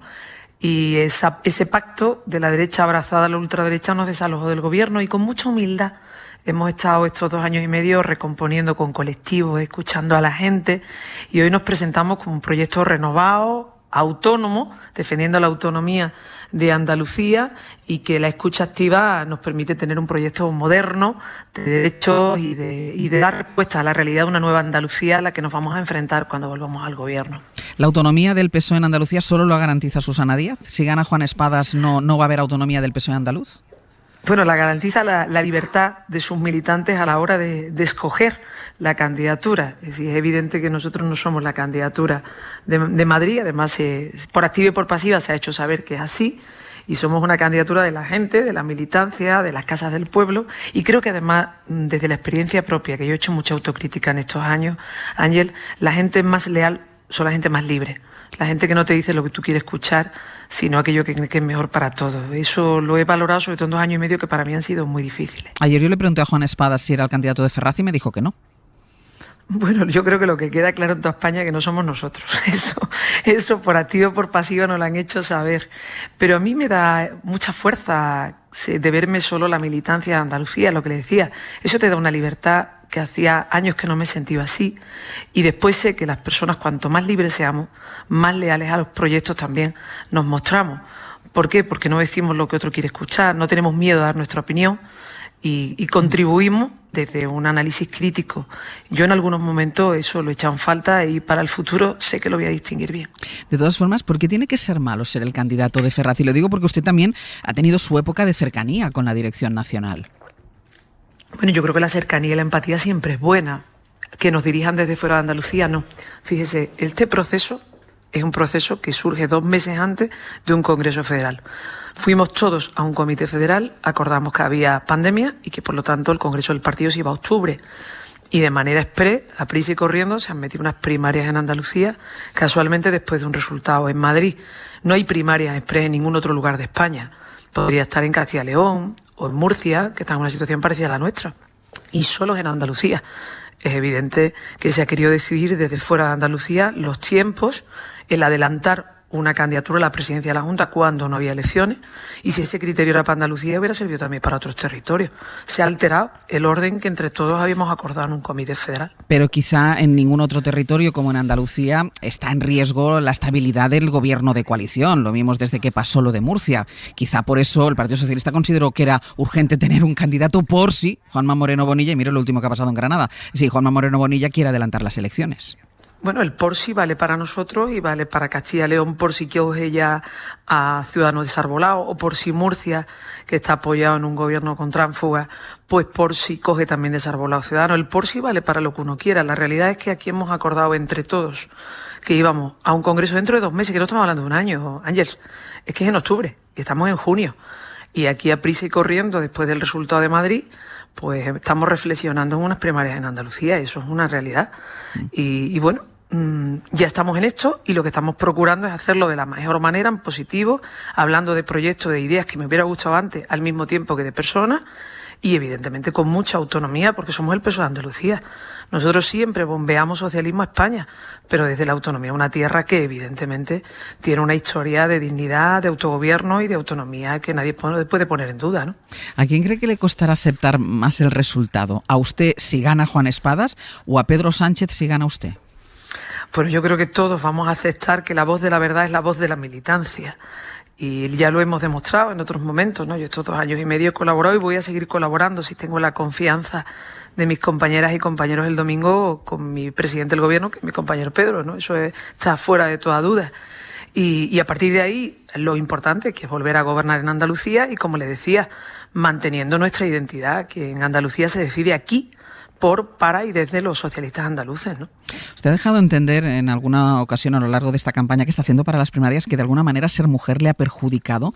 ¿Cree que su partido es machista o que el Partido Socialista en Andalucía es más machista ahora que cuando usted era presidenta?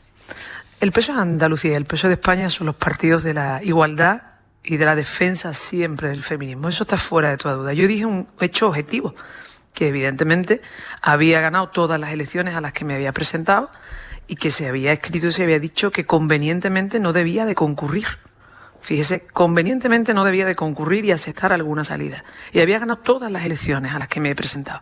Y hay casos de compañeros que han perdido elecciones y nadie les pone en duda que se vuelvan a presentar. Ya no a competir, sino presentarse como cartel. ¿Y eso cree que pasa porque usted es mujer? No, yo lo que creo que si alguien se molesta por una pregunta así, esa persona sabrá. Es decir, que mi partido, el Partido de la Igualdad, está fuera de toda duda, porque además los avances en igualdad los ha liderado el PSOE y los seguirá liderando el PSOE. Pero eso era un hecho objetivo que yo describí, y a algunos pues ese hecho objetivo parece que no les ha gustado. Y parece que las mujeres, cuando tenemos capacidad de decisión o dirigimos grupos humanos, tenemos que ser más fuertes. Y yo eso no lo comparto. Creo que tenemos que tener igualdad de oportunidades y que todavía quedan muchos pasos que recorrer en periodismo, en política, en economía, en todo. Y a medida que avanzo en los puestos de responsabilidad, veo que no eran techos de cristal, eran muros de hormigón. Y lo viví, por ejemplo, cuando fui madre. Es decir, aquí hay políticos que son padres y no nos enteramos ni que lo son. Y a nosotras nos contaban hasta los días de la maternidad, ¿no? La realidad es esa, ¿no? Que todavía nos quedan muchos pasos que recorrer. Pero está fuera de toda duda que, evidentemente, en este país se avanza en igualdad cuando gobiernan los socialistas. Eso nadie lo pone en duda. De estas primarias, señora Díaz, ¿el partido corre el riesgo de salir fracturado, de salir algo más débil? Que va, al contrario. Yo lo que estoy viviendo, Ángels, es una ola imparable de ilusión que ni me podía imaginar hace unos meses, ¿eh?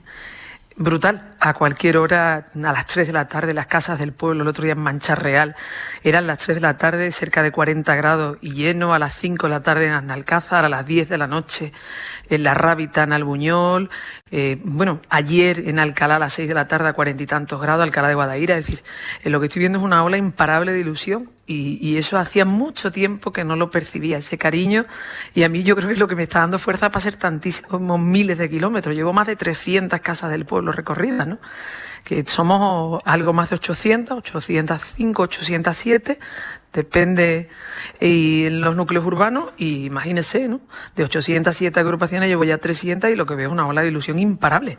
Mucha gente joven, que decían que ahora la política no había jóvenes, muchísima gente joven, la juventud socialista además volcada, han hecho un plan de rescate y muchas mujeres, y eso la verdad que me da fuerza. ¿Usted cree que hay que indultar a los presos independentistas? Mire, no tengo la información más allá de los medios de comunicación. Eso es una competencia del gobierno que debe de meditar y decidir. Y como he tenido responsabilidad de gobierno, este tipo de cosas, si el presidente del gobierno quisiera saber mi opinión, yo se la daría a él, pero no voy a contribuir al ruido que está habiendo. Ayer mismo el Partido Popular intentó interferir en las primarias del PSOE de Andalucía, llevando una moción fuera de sentido ahí al Parlamento, y exclusivamente porque votamos dentro de 3 días. Entonces yo creo que si él quiere saber mi opinión, yo se la daré a él, porque no tengo información ahora mismo en estos momentos de qué es lo que está barajando el gobierno.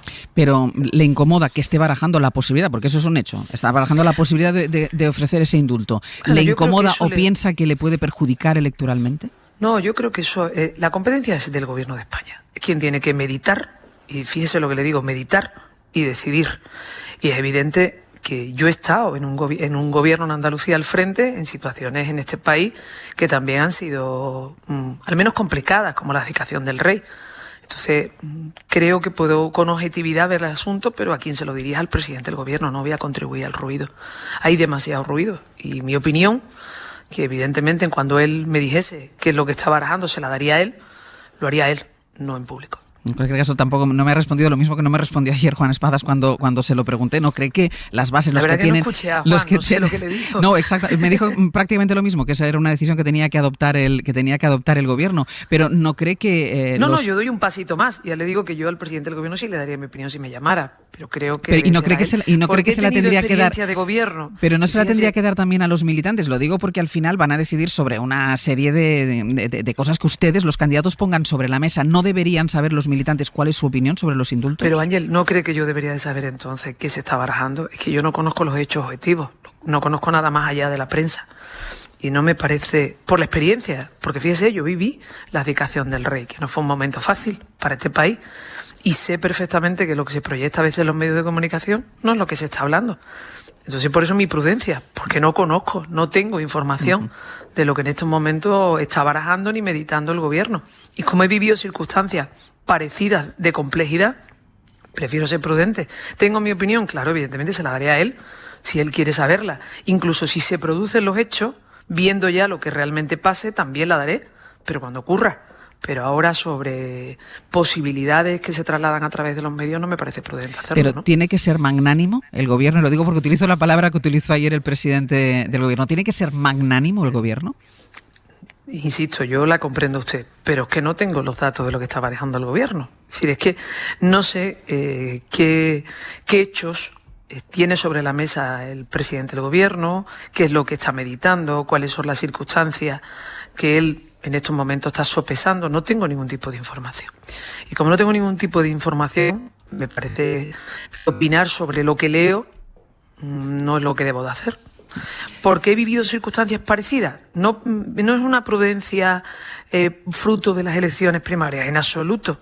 Simplemente porque yo sí he estado y estuve cuando Rubalcaba me llamó en aquel momento, me explicó cómo fue, incluso sabe perfectamente que hablé con la jefatura del Estado. Entonces tenía en mi mano la información para poder opinar, ahora no la tengo. Si él me llamase, pues de lo que estoy leyendo le daría mi opinión, y si él me diese los hechos objetivos, lo que él pretende hacer, pues también se la daría, ¿no? Pero no opinar sobre los medios en un tema de así me parece, por mi parte, que no es prudente. Una última cuestión que me queda, solo un minuto. Hablábamos antes del por sí, hablaba usted del por sí cuando hablábamos de las primarias, de la premura para las primarias en el PSOE andaluz. ¿Cree que habla adelanto electoral en Andalucía? En absoluto. En absoluto, porque no va a estar mejor Moreno Bonilla. Mira, él sabe que si convoca tiene 2 escenarios. Que lo desalojemos del gobierno, que cada día que pasa estoy más convencida que vamos a ganar y vamos a gobernar, las 2 cosas. La otra vez ganamos, pero no pudimos gobernar porque le salió la carambola con la ultraderecha y se abrazó a la ultraderecha. Entonces, podemos ganar y gobernar, saldría del gobierno, Y además sabe que Ciudadanos está liquidado. Y en el caso que pudiese seguir sería con Vox. Sería mucho más incómodo que lo que tiene ahora, que es un vicepresidente que es de su partido, que es ya del PP. Todo esto al final, el proceso no era un proceso por adelanto electoral, era por alterar los tiempos y primero unas primarias y después un congreso. Y además solo nosotros y dirigiéndonos desde fuera. Y el PSOE de Andalucía es muy grande, tiene una historia de levantarse, de pedir igualdad y autonomía que no se puede dirigir desde fuera de Andalucía, y eso es lo que estamos defendiendo, que aquí queremos decidir libremente los hombres y mujeres del PSOE andaluz. Susana Díaz, muchísimas gracias y muchísima suerte. Muchísimas gracias, Ángel. Hasta luego. Ahora vamos a hablar de los indultos, de lo que dijo ayer Pedro Sánchez en Argentina. Era la primera vez que hablaba después de conocer la carta de Oriol Junqueras, entre otras cosas porque tengo a Inma Carretero despierta en Costa Rica, que ahora me dirá ella. A una hora indecente. A una hora indecente. Vete mirando, Inma, la hora que es que te la voy a preguntar, pero he interrumpido antes a Berna, que estábamos hablando del cambio de opinión de la ministra de Sanidad, de ese consenso que ha conseguido con las comunidades autónomas, que se traduce en que cada una de ellas hace lo que quiera, algo que contrasta absolutamente con lo que había dicho y había pasado la semana pasada, Berna. Sí, yo veo ahí una torpeza, no solo una torpeza de Carolina Darias evidente, sino una descoordinación dentro del gobierno muy preocupante, porque no puede ser que Carolina Darias esté en su rueda de hámster preparando su desescalada sin darse cuenta, nadie parece que le había dicho, que hace un mes, al concluir el estado de alarma, el presidente mismo dijo que las comunidades tenían toda la potestad y competencias para organizarse. Entonces, ahí ha fallado algo. Y no solo ella, ha fallado una cuestión de coordinación del gobierno y no es la primera vez. Embridar las ganas que tiene la gente de diversión en un momento en que los contagios van bajando, las hospitalizaciones van bajando, pues es muy delicado y efectivamente hay que explicarlo bien, antes lo decíais, ¿no? Y luego respecto finalmente a las vacunas, me sumo a las cosas que habéis dicho. Aquí ha dimitido un alto cargo militar por haberse saltado la lista de vacunación. Han dimitido alcaldes. Hemos puesto verde a infantas, a consejeros, o sea, todas las clases poderosas que se saltaron la lista. Cierto es que ahora ya son masivas, que no hay un problema y tal, pero hay prioridades, están fijadas, pero sobre todo es que vamos tarde. Es que si al menos les hubieran puesto la Janssen hace una semana o dos, pero es que la Pfizer ahora y dentro de 2 semanas o 3 son... De 3 semanas es la segunda dosis. Vamos muy tarde, entonces es y la protección óptima no llega hasta 7 días después de la segunda dosis. Es tarde, decir, mal y nunca. No, y yo creo que es algo Así también estamos. como lo que decía la Salle, que si es verdad que si la UEFA hubiera dicho todas las selecciones que vienen a jugar tienen que venir vacunadas, nos hubiera gustado o no nos hubiera gustado, pero había una decisión y había una normativa. Aquí no ha habido decisión y es más, nos hemos enterado de que se hablaba de la vacunación de los futbolistas cuando apareció el primer positivo, a pesar, insisto, de que el ministro nos decía aquí desde el viernes pasado, ya lo habíamos dicho, bueno, es que el viernes pasado ya hacía 2 semanas de la convocatoria, o sea que, bueno, ahora sí, Inma Carretero, buenos días. Hola, ¿qué tal? Buenos días. Buenas noches. ¿Qué hora es? ¿Qué hora es en Costa Rica, Inma? A ver, en Costa Rica la 1:27, pero vengo de Buenos Aires, que es las 4:27 de la madrugada. No, es que depende vale tu cuerpo, ¿Tu cuerpo qué hora siente, Inma? Yo no sé, no siento nada. Vale, pues antes de caerte desmayada porque no sientes nada, cuéntanos lo que dijo ayer Pedro Sánchez, insisto, que es la primera vez que hablaba después de conocer esa carta de Oriol Junqueras y pronunció esa palabra por la que le hemos preguntado ahora a Susana Díaz, que es la magnanimidad. Sí, bueno, la decisión de los indultos formalmente no está tomada, pero las declaraciones del presidente no dejan lugar a dudas. Y en la cuenta atrás de la concentración del domingo en Colón, ayer quiso lanzar desde la Casa Rosada ese mensaje de confianza en el gobierno. Las bases de las declaraciones que hace desde hace un par de semanas siempre es la misma, pero Sánchez poco a poco cada vez es más explícito y lo que hace es que acude, como dices, a la sinonimia para hacer pedagogía y así fue como lo hizo ayer en Buenos Aires. Vamos a escucharlo. Cualquier paso en esa distensión es bienvenida y pido comprensión, magnanimidad al conjunto de la sociedad catalana y al conjunto de la sociedad española, porque creo que el desafío que tenemos por delante merece la pena. El desafío que tenemos por delante no es sino sembrar convivencia, superar la crisis que vivimos en el pasado 2017 y, en consecuencia, pese a los reparos que pueda tener el conjunto de la sociedad española, pido eso, comprensión y magnanimidad, porque sin duda alguna el objetivo merece la pena. Magnanimidad es la palabra del día. Son mensajes muy medidos. Fuentes de la delegación que acompañan al presidente en esta gira nos dicen que está todo muy pensado, muy meditado, así que no quieren salirse del guión, y quizá por eso esta noche no hemos tenido ningún contacto informal con el presidente en el vuelo de Buenos Aires a Costa Rica, que ha sido 8 horas de vuelo. Ha evitado el corrillo que habitualmente se produce en estos viajes. Veremos si hoy hay oportunidad, porque por ahora sigue sin concretar la fecha de la decisión de los indultos y si piensan reunir la mesa de diálogo antes del verano, que era algo que en principio querían distanciar de la decisión de los indultos. Por lo pronto, ayer Sánchez ya dijo que no quiere vetar a Oriol Junqueras en esa mesa, pero que, hombre, que es una mesa entre gobiernos, así que alejó la posibilidad de sentarse ahí con el líder de Esquerra. Venga, Inma, acuéstate un ratito, no mucho, pero porque te querrán para ahora 14, pero acuéstate un ratito. En realidad no tengo sueño, te tengo que confesar. No, pero entonces quédate aquí un rato más. Me quedo aquí con vosotras. Venga, Inma, que vaya muy bien. Hasta luego. Chao. Te estoy viendo, Sastre, que has buscado en la RAE magnanimidad. A ver, ¿por cuál de las 3 acepciones? Porque ahora decía Inma que está todo muy medido. Bueno, primera acepción según la RAE de magnanimidad: benevolencia, clemencia. Esta es muy interesante políticamente. La segunda, grandeza y elevación de ánimo. Y la tercera, desprendimiento o generosidad. Bueno, ahora preguntaré a los analistas por la magnanimidad, pero déjame que me vaya al otro lado, que me vaya al Partido Popular. Mariela Rubio, buenos días. Hola de nuevo, Ángeles. Porque quieren hacer coincidir el domingo esa manifestación, esa presencia en la manifestación de Colón con la instalación de mesas petitorias en las plazas de la Constitución de las principales ciudades españolas, también en Barcelona. Sí, porque Casado pretende marcar esa cita de Colón en una gran ofensiva, no de las 3 derechas, sino del PP, así que el domingo el partido instalará las mesas de recogida de firmas que hasta ahora había dispuesto en los alrededores de sus sedes en las plazas de la Constitución de distintas capitales. Pero entre todas ellas, y como dices, confirma Génova que habrá una de especial significado, Ángeles, una carpa con mesas para recoger firmas en la Plaza de España en Barcelona. Así responde el PP a estas palabras de Carmen Calvo ayer en la sesión de control. Valientes, que son ustedes muy valientes, recojan firmas en Cataluña. Miren a la cara a los catalanes, a los independentistas y a los no independentistas. Mírenlos a la cara y díganle que tienen alguna salida para este país. Díganselo porque no la tienen. Así que el PP instalará esa carpa con mesas en la Plaza de España de Barcelona el domingo.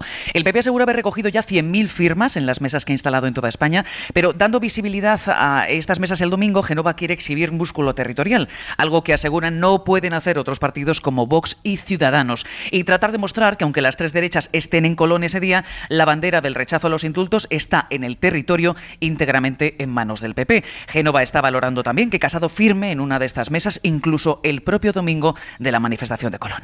Mariela, gracias. A vosotros. Hasta luego, que también os digo, bueno, vosotros dos, igual La Salle y Berna también, pero no sé si la Plaza España es la mejor plaza para pedir firmas, ¿no? No es una plaza donde la gente vaya a pasear. No, y hace... Debe ser porque se llama Plaza de España. Sí, hace Solanillo, no es un sitio para nada de... Sitio hay. Sitio hay porque la esplanada es grande. Sí, es grande, pero o sea, que pueden poner la carpa, puede ser de dimensiones. Y al fondo están las 4 columnas de Puig i Cadafalch. Ya, pero eso ya es otra cosa. Pero lo que es la Plaza España, sí. No sé yo lo que creo es que como empiecen los independentistas a recoger firmas, lo de las 100.000 las tienen en la primera hora. O sea, les parecerá mucho, pero los independentistas en las movilizaciones 100.000 los tienen así como que ya. Así que ahí que no compitan. A la que están instalando la mesa sí. ya están firmando. Sí. La Salle, magnanimidad. ¿Qué te parece esta nueva aportación a la explicación, al argumentario del gobierno para sacar adelante los indultos? Pues fíjate, me sorprendió la semana pasada la apelación a la concordia y ahora me ha sorprendido la apelación a la magnanimidad.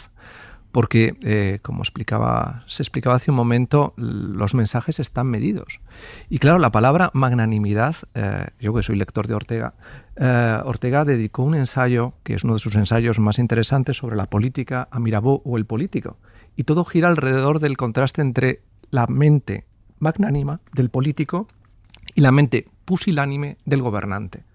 La mente magnánima es la mente creativa de la persona que es capaz de afrontar al servicio del Estado y al servicio de la nación proyectos que implican a toda una sociedad, y la mente pusilánime, que es la mente del gobernante sin más, es la de aquel que no ofrece nada. Es decir, que se ciñe estrictamente a no tener misión alguna. Entonces resulta sorprendente, yo que he sido escritor de discursos, entre comillas, ver cómo de pronto se filtran estos conceptos es que ha aparecido alguna mente creativa detrás del presidente a la hora de ofrecer ciertos mensajes, porque no es casual, estoy convencido, Claro. No es casual, como la palabra concordia, que es una apelación directa a Cicerón, o una apelación directa a Juan Luis Vives, ¿no? Tampoco es casual. Probablemente alguien se haya incorporado al gabinete presidencial y le esté aportando ciertos inputs que dentro de la historia política de nuestro país no son casuales, insisto, porque cuando con los indultos se está hablando de concordia, hay una apelación directa a la concordia de la que hablaba Adolfo Suárez con Josep Tarradellas y la incorporación del autogobierno de Cataluña antes de la aprobación de la Constitución. O sea, me sorprende gratamente, lo he de decir. Berna. Sobre todo, esa mente no pusilánime que ha entrado en ese círculo ha corregido palabras feas anteriores. O sea, fue bastante desastroso cuando Pedro Sánchez apeló a la no venganza, ¿no? Como si justicia equivaliera a venganza. Aquello yo creo que fue un error, nos colocó a muchos, y me incluyo en el recelo, porque no lo consideramos términos contrapuestos, ¿no? Y por tanto, me alegro de que es un acierto abandonar la palabra venganza y colocar la palabra magnanimidad. Es una buena palabra y todas las acepciones que ha citado Sastre son deseables, ¿no? Frente a ello, que tenemos la fábrica de odio que el PP está iniciando otra vez, es decir, su manifestación del domingo, sus mesas petitorias para recabar esas firmas. Todo eso es una fábrica de odio que no procede, que no tiene que ver con la justicia, porque efectivamente, igual que esa ecuación venganza-justicia, no, es que las firmas no tienen nada que ver con la justicia. Es la hora de la política. Yo, que como sabéis he tenido recelo y tengo a los indultos, tras las palabras de Junqueras comprendo que se da ya una circunstancia que permite, digamos, un contexto en donde sean posibles. Que vayan a salir bien o no, no lo sabemos. Pero hasta Bono hoy en El País no se sitúa en contra, que Bono es de los socialistas más recelosos también con esto. Entonces, bueno, bienvenida la palabra magnanimidad. No es bienvenido el odio que creo que impulsa y la polarización que impulsa el PP en Colón y en las mesas. A mí también me pareció especialmente relevante que el presidente del gobierno enumerara cada uno de los pasos que los independentistas dieron en los años 2016-2017, ¿no? Las leyes de desconexión, el simulacro de referéndum, porque nos sitúa en perspectiva. Porque es verdad que en otras tertulias hemos discrepado con Berna sobre si había que dar los indultos o si eran convenientes o no, o si había un contexto para darlos, ¿no? Esa era la última vez que debatimos sobre este tema. Yo siempre estaba a favor en el sentido de vamos a mirar lo que ha pasado, y si observamos lo que ha pasado y que llevamos en Cataluña una legislatura y media, vamos a llamarla así, de descomprensión en los hechos, no en la retórica. La retórica sigue muy inflamada, pero es que la retórica en política sin hechos es propaganda, y la propaganda no es inocua, pero no genera efectos jurídicos ni en la ciudadanía inmediatos, ¿no? Por lo tanto, de pedirles al independentismo que abandonen legítimamente sus aspiraciones es que no, una democracia no lo puede hacer. Lo que se puede hacer es decir, buscad los cauces legales y políticos para que esto se pueda producir el día que tengáis las mayorías para cambiarlo. Y en mi opinión eso se viene produciendo desde hace mucho tiempo, porque en la última legislatura, que ha sido la del señor Torra, que retóricamente era absolutamente inasumible desde un punto de vista constitucional, lo haremos,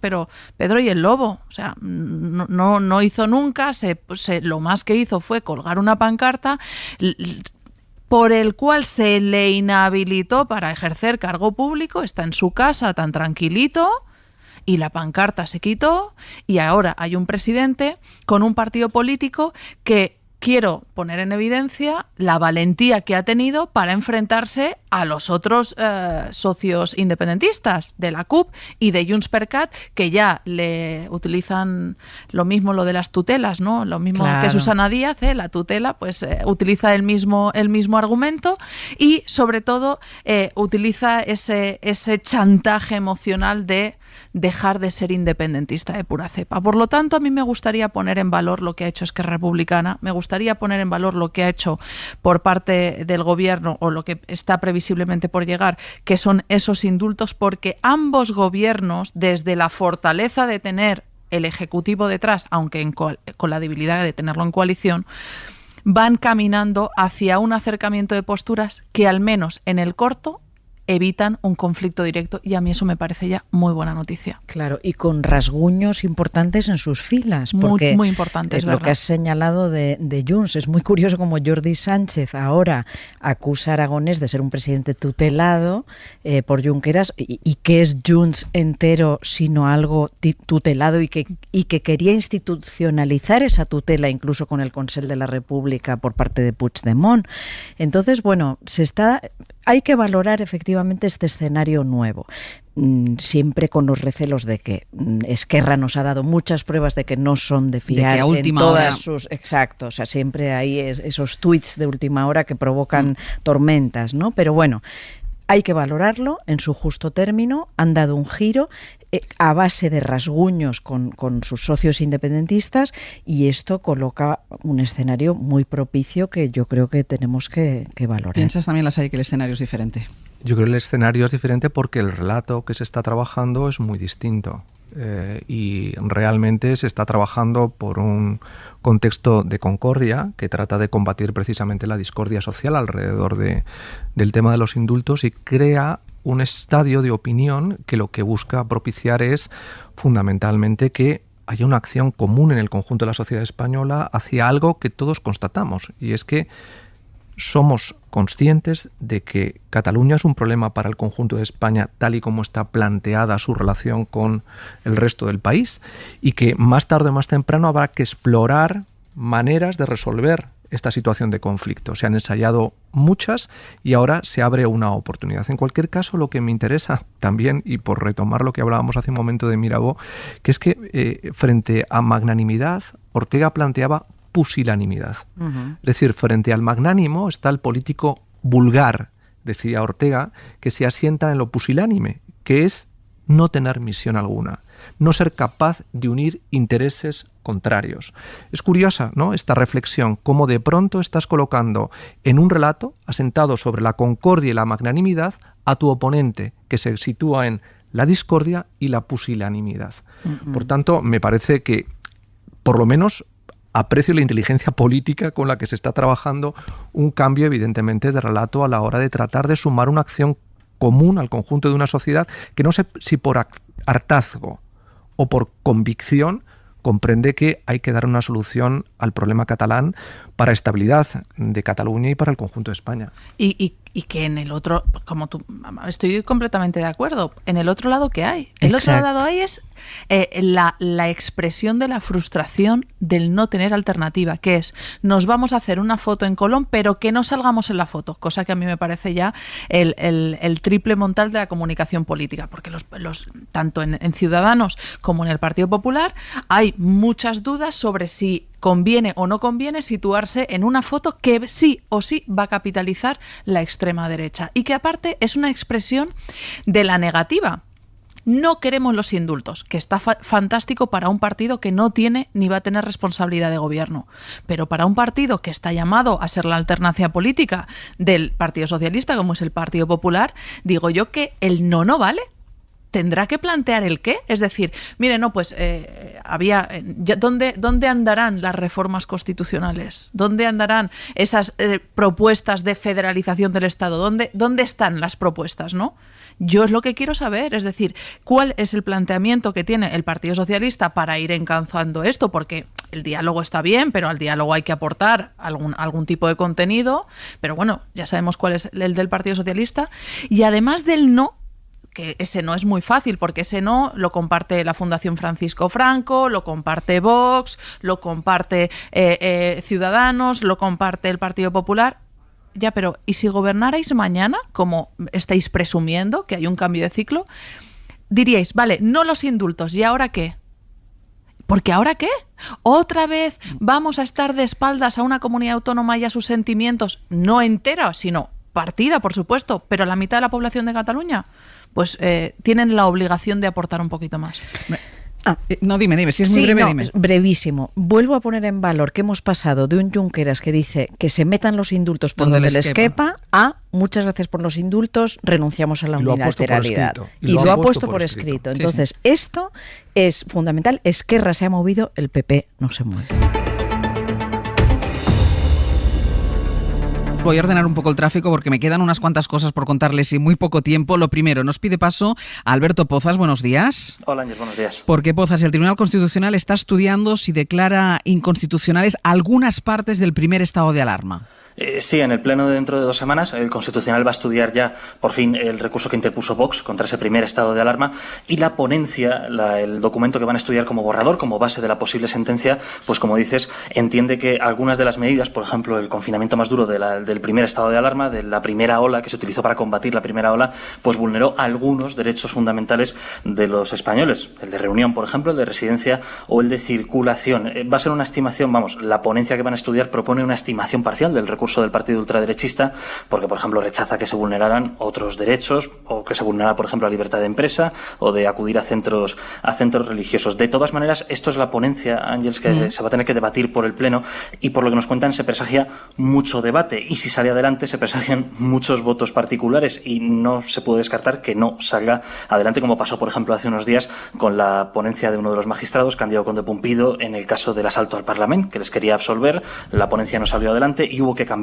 de ponente, de magistrado y ponerle fecha a un nuevo debate. Así que, en principio, en 2 semanas, esta es la propuesta que van a estudiar los jueces, estimar que el estado de alarma, el primero, vulneró algunos derechos fundamentales de los españoles, reunión, residencia y circulación, pero en cualquier caso no está claro que vaya a salir adelante porque hay mucho debate ahora mismo en el seno del Tribunal de Garantías. Pues veremos en qué queda, Pozas. Gracias. Hasta luego. Hasta luego. Y les decía también, llegada de Biden a Europa. La semana que viene va a ser la cumbre con la Unión Europea. Antes va a tener reuniones con Boris Johnson y con la reina Isabel II, que a cuántos presidentes de Estados Unidos habrá visto pasar la reina Isabel II, Bayo. Pues a todos, salvo a Lyndon Johnson, que fue el único que se negó a viajar a Londres para reunirse con ella durante su mandato. Pero te cuento, el primer ministro británico, que nunca ocultó la buena sintonía que tenía con Trump, va a tratar ahora de acercarse a Joe Biden para salvaguardar eso que llaman la relación especial entre Londres y Washington, una relación venida a menos tras el Brexit promovido por Johnson, que espera que Biden le dé hoy un tirón de orejas por poner en peligro la paz en Irlanda del Norte. Entre el viernes y el sábado, Biden va a participar en la cumbre del G7 en Cornualles. Y deja para el domingo esa reunión con la reina en el castillo de Windsor. De allí, Biden va a viajar a Bruselas para participar en la cumbre de la OTAN, en la que pretende relanzar el apoyo estadounidense a la Alianza Atlántica, poniendo el foco en la defensa de la democracia frente a los regímenes autocráticos. Y fíjate, allí va a ser precisamente donde se reúna con el presidente de Turquía, con Recep Tayyip Erdogan, que es uno de esos representantes de las autocracias tras haber reconocido en abril el genocidio armenio, un asunto espinoso. Sí. Espinosos también son los asuntos que va a tratar Biden con los 27 en Bruselas. En la capital europea aprovechará para hablar de aranceles, las guerras comerciales lanzadas durante la etapa de Trump con los socios europeos. Aunque la parte más espinosa del viaje va a ser la que tenga lugar el próximo miércoles. En Ginebra, en Suiza, reunión bilateral con Vladimir Putin. Dice Biden que tratará de crear una relación más predecible, más estable con el líder ruso, que hace unas horas, antes del viaje de Biden, aprovechando casi que volaba hacia Europa, ha vetado la organización política del rival Alexei Navalny. Veremos si eso se lo hace, se echar en cara Biden durante la reunión que van a mantener ambos dignatarios en Ginebra. Apretada agenda la de Biden en Europa. Para esa cumbre de Europa-Estados Unidos de la que hablábamos ahora, Griselda Pastor, buenos días. Hola, muy buenos días. La Unión está trabajando en un borrador de temas al que has tenido acceso y en donde, por ejemplo, se hace hincapié en seguir investigando el origen del coronavirus, del COVID-19. Sí, un tema en el que la Unión va a apoyar directamente a Estados Unidos frente a China y al que se acaba de referir desde Cornualles, a punto de empezar esa reunión del G7, el presidente del Consejo y también la presidenta von der Leyen.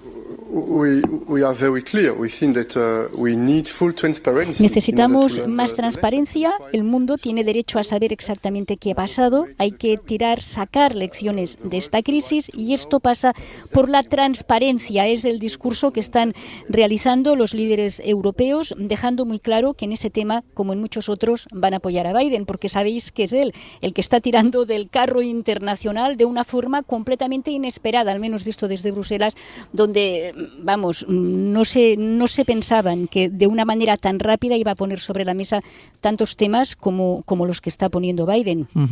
Gris, déjame que aproveche para preguntarte por la resolución que hoy se va a votar en el Parlamento Europeo, una resolución que rechaza la actitud de Marruecos, el uso que hizo de los menores en la entrada de personas en Ceuta cuando estalló la crisis hace unas semanas. Una resolución a propuesta de los liberales, pactada con populares y finalmente también con socialistas y verdes. Ha costado un poco esta negociación porque inicialmente sabéis que España mantenía como gobierno que esta no era una crisis migratoria sino una crisis diplomática. Finalmente Marruecos va a ser hoy duramente censurado por la utilización de la frontera, de su control y especialmente, muy especialmente, por la utilización de los menores, algo inadmisible, como inadmisibles son las amenazas territoriales a su integridad territorial de un país de la Unión. Queda muy claro en esta resolución que va a dar pie a un debate a partir de las 11. En una hora prácticamente vamos a poder escuchar las intervenciones de los eurodiputados de los grupos políticos y a partir de allí pasaremos a ese voto de una resolución que va a aprobarse porque llega, como os decía, muy consensuada. Griselda, gracias. Hasta ahora. Hasta luego. ¿Cómo te gusta, Sastre, la palabra Cornualles, eh? ¿Tú crees que hay algún sitio con una sonoridad semejante a Cornualles? ¿Está bien pronunciado, Berna? Sí, porque está españolizado como Londres, o sea, Claro. si no es Cornwall. ¿Quién es duquesa? ¿Ves? No, espera, repite, ¿cómo es? Cornwall. Your headphones on when you cross the FDR. Don't wanna be a casualty. Yo me despido de Berna González Harbour, de José María Lasalle y Verónica Fumanal hasta la semana que viene. Hasta la semana vente que arriba, viene. Fumanal, vente arriba, venga. Chao. Magnanimidad. Oh, you don't have to say it so you're thinking it out loud. Some things go south and they never turn around. But if you want a confidant, I'd never let you down. We can't keep drinking till St. Dymphna kicks us out. Yeah, we can keep drinking till St. Dymphna kicks us out.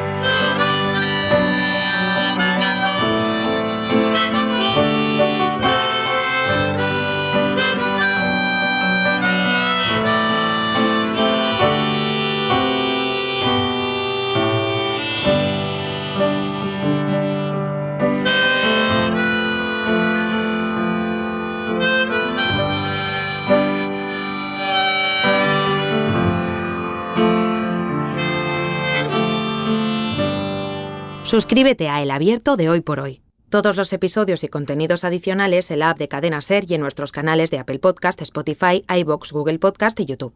Escúchanos en directo en la SER de lunes a viernes a las 8:30 de la mañana. Cadena SER. La radio.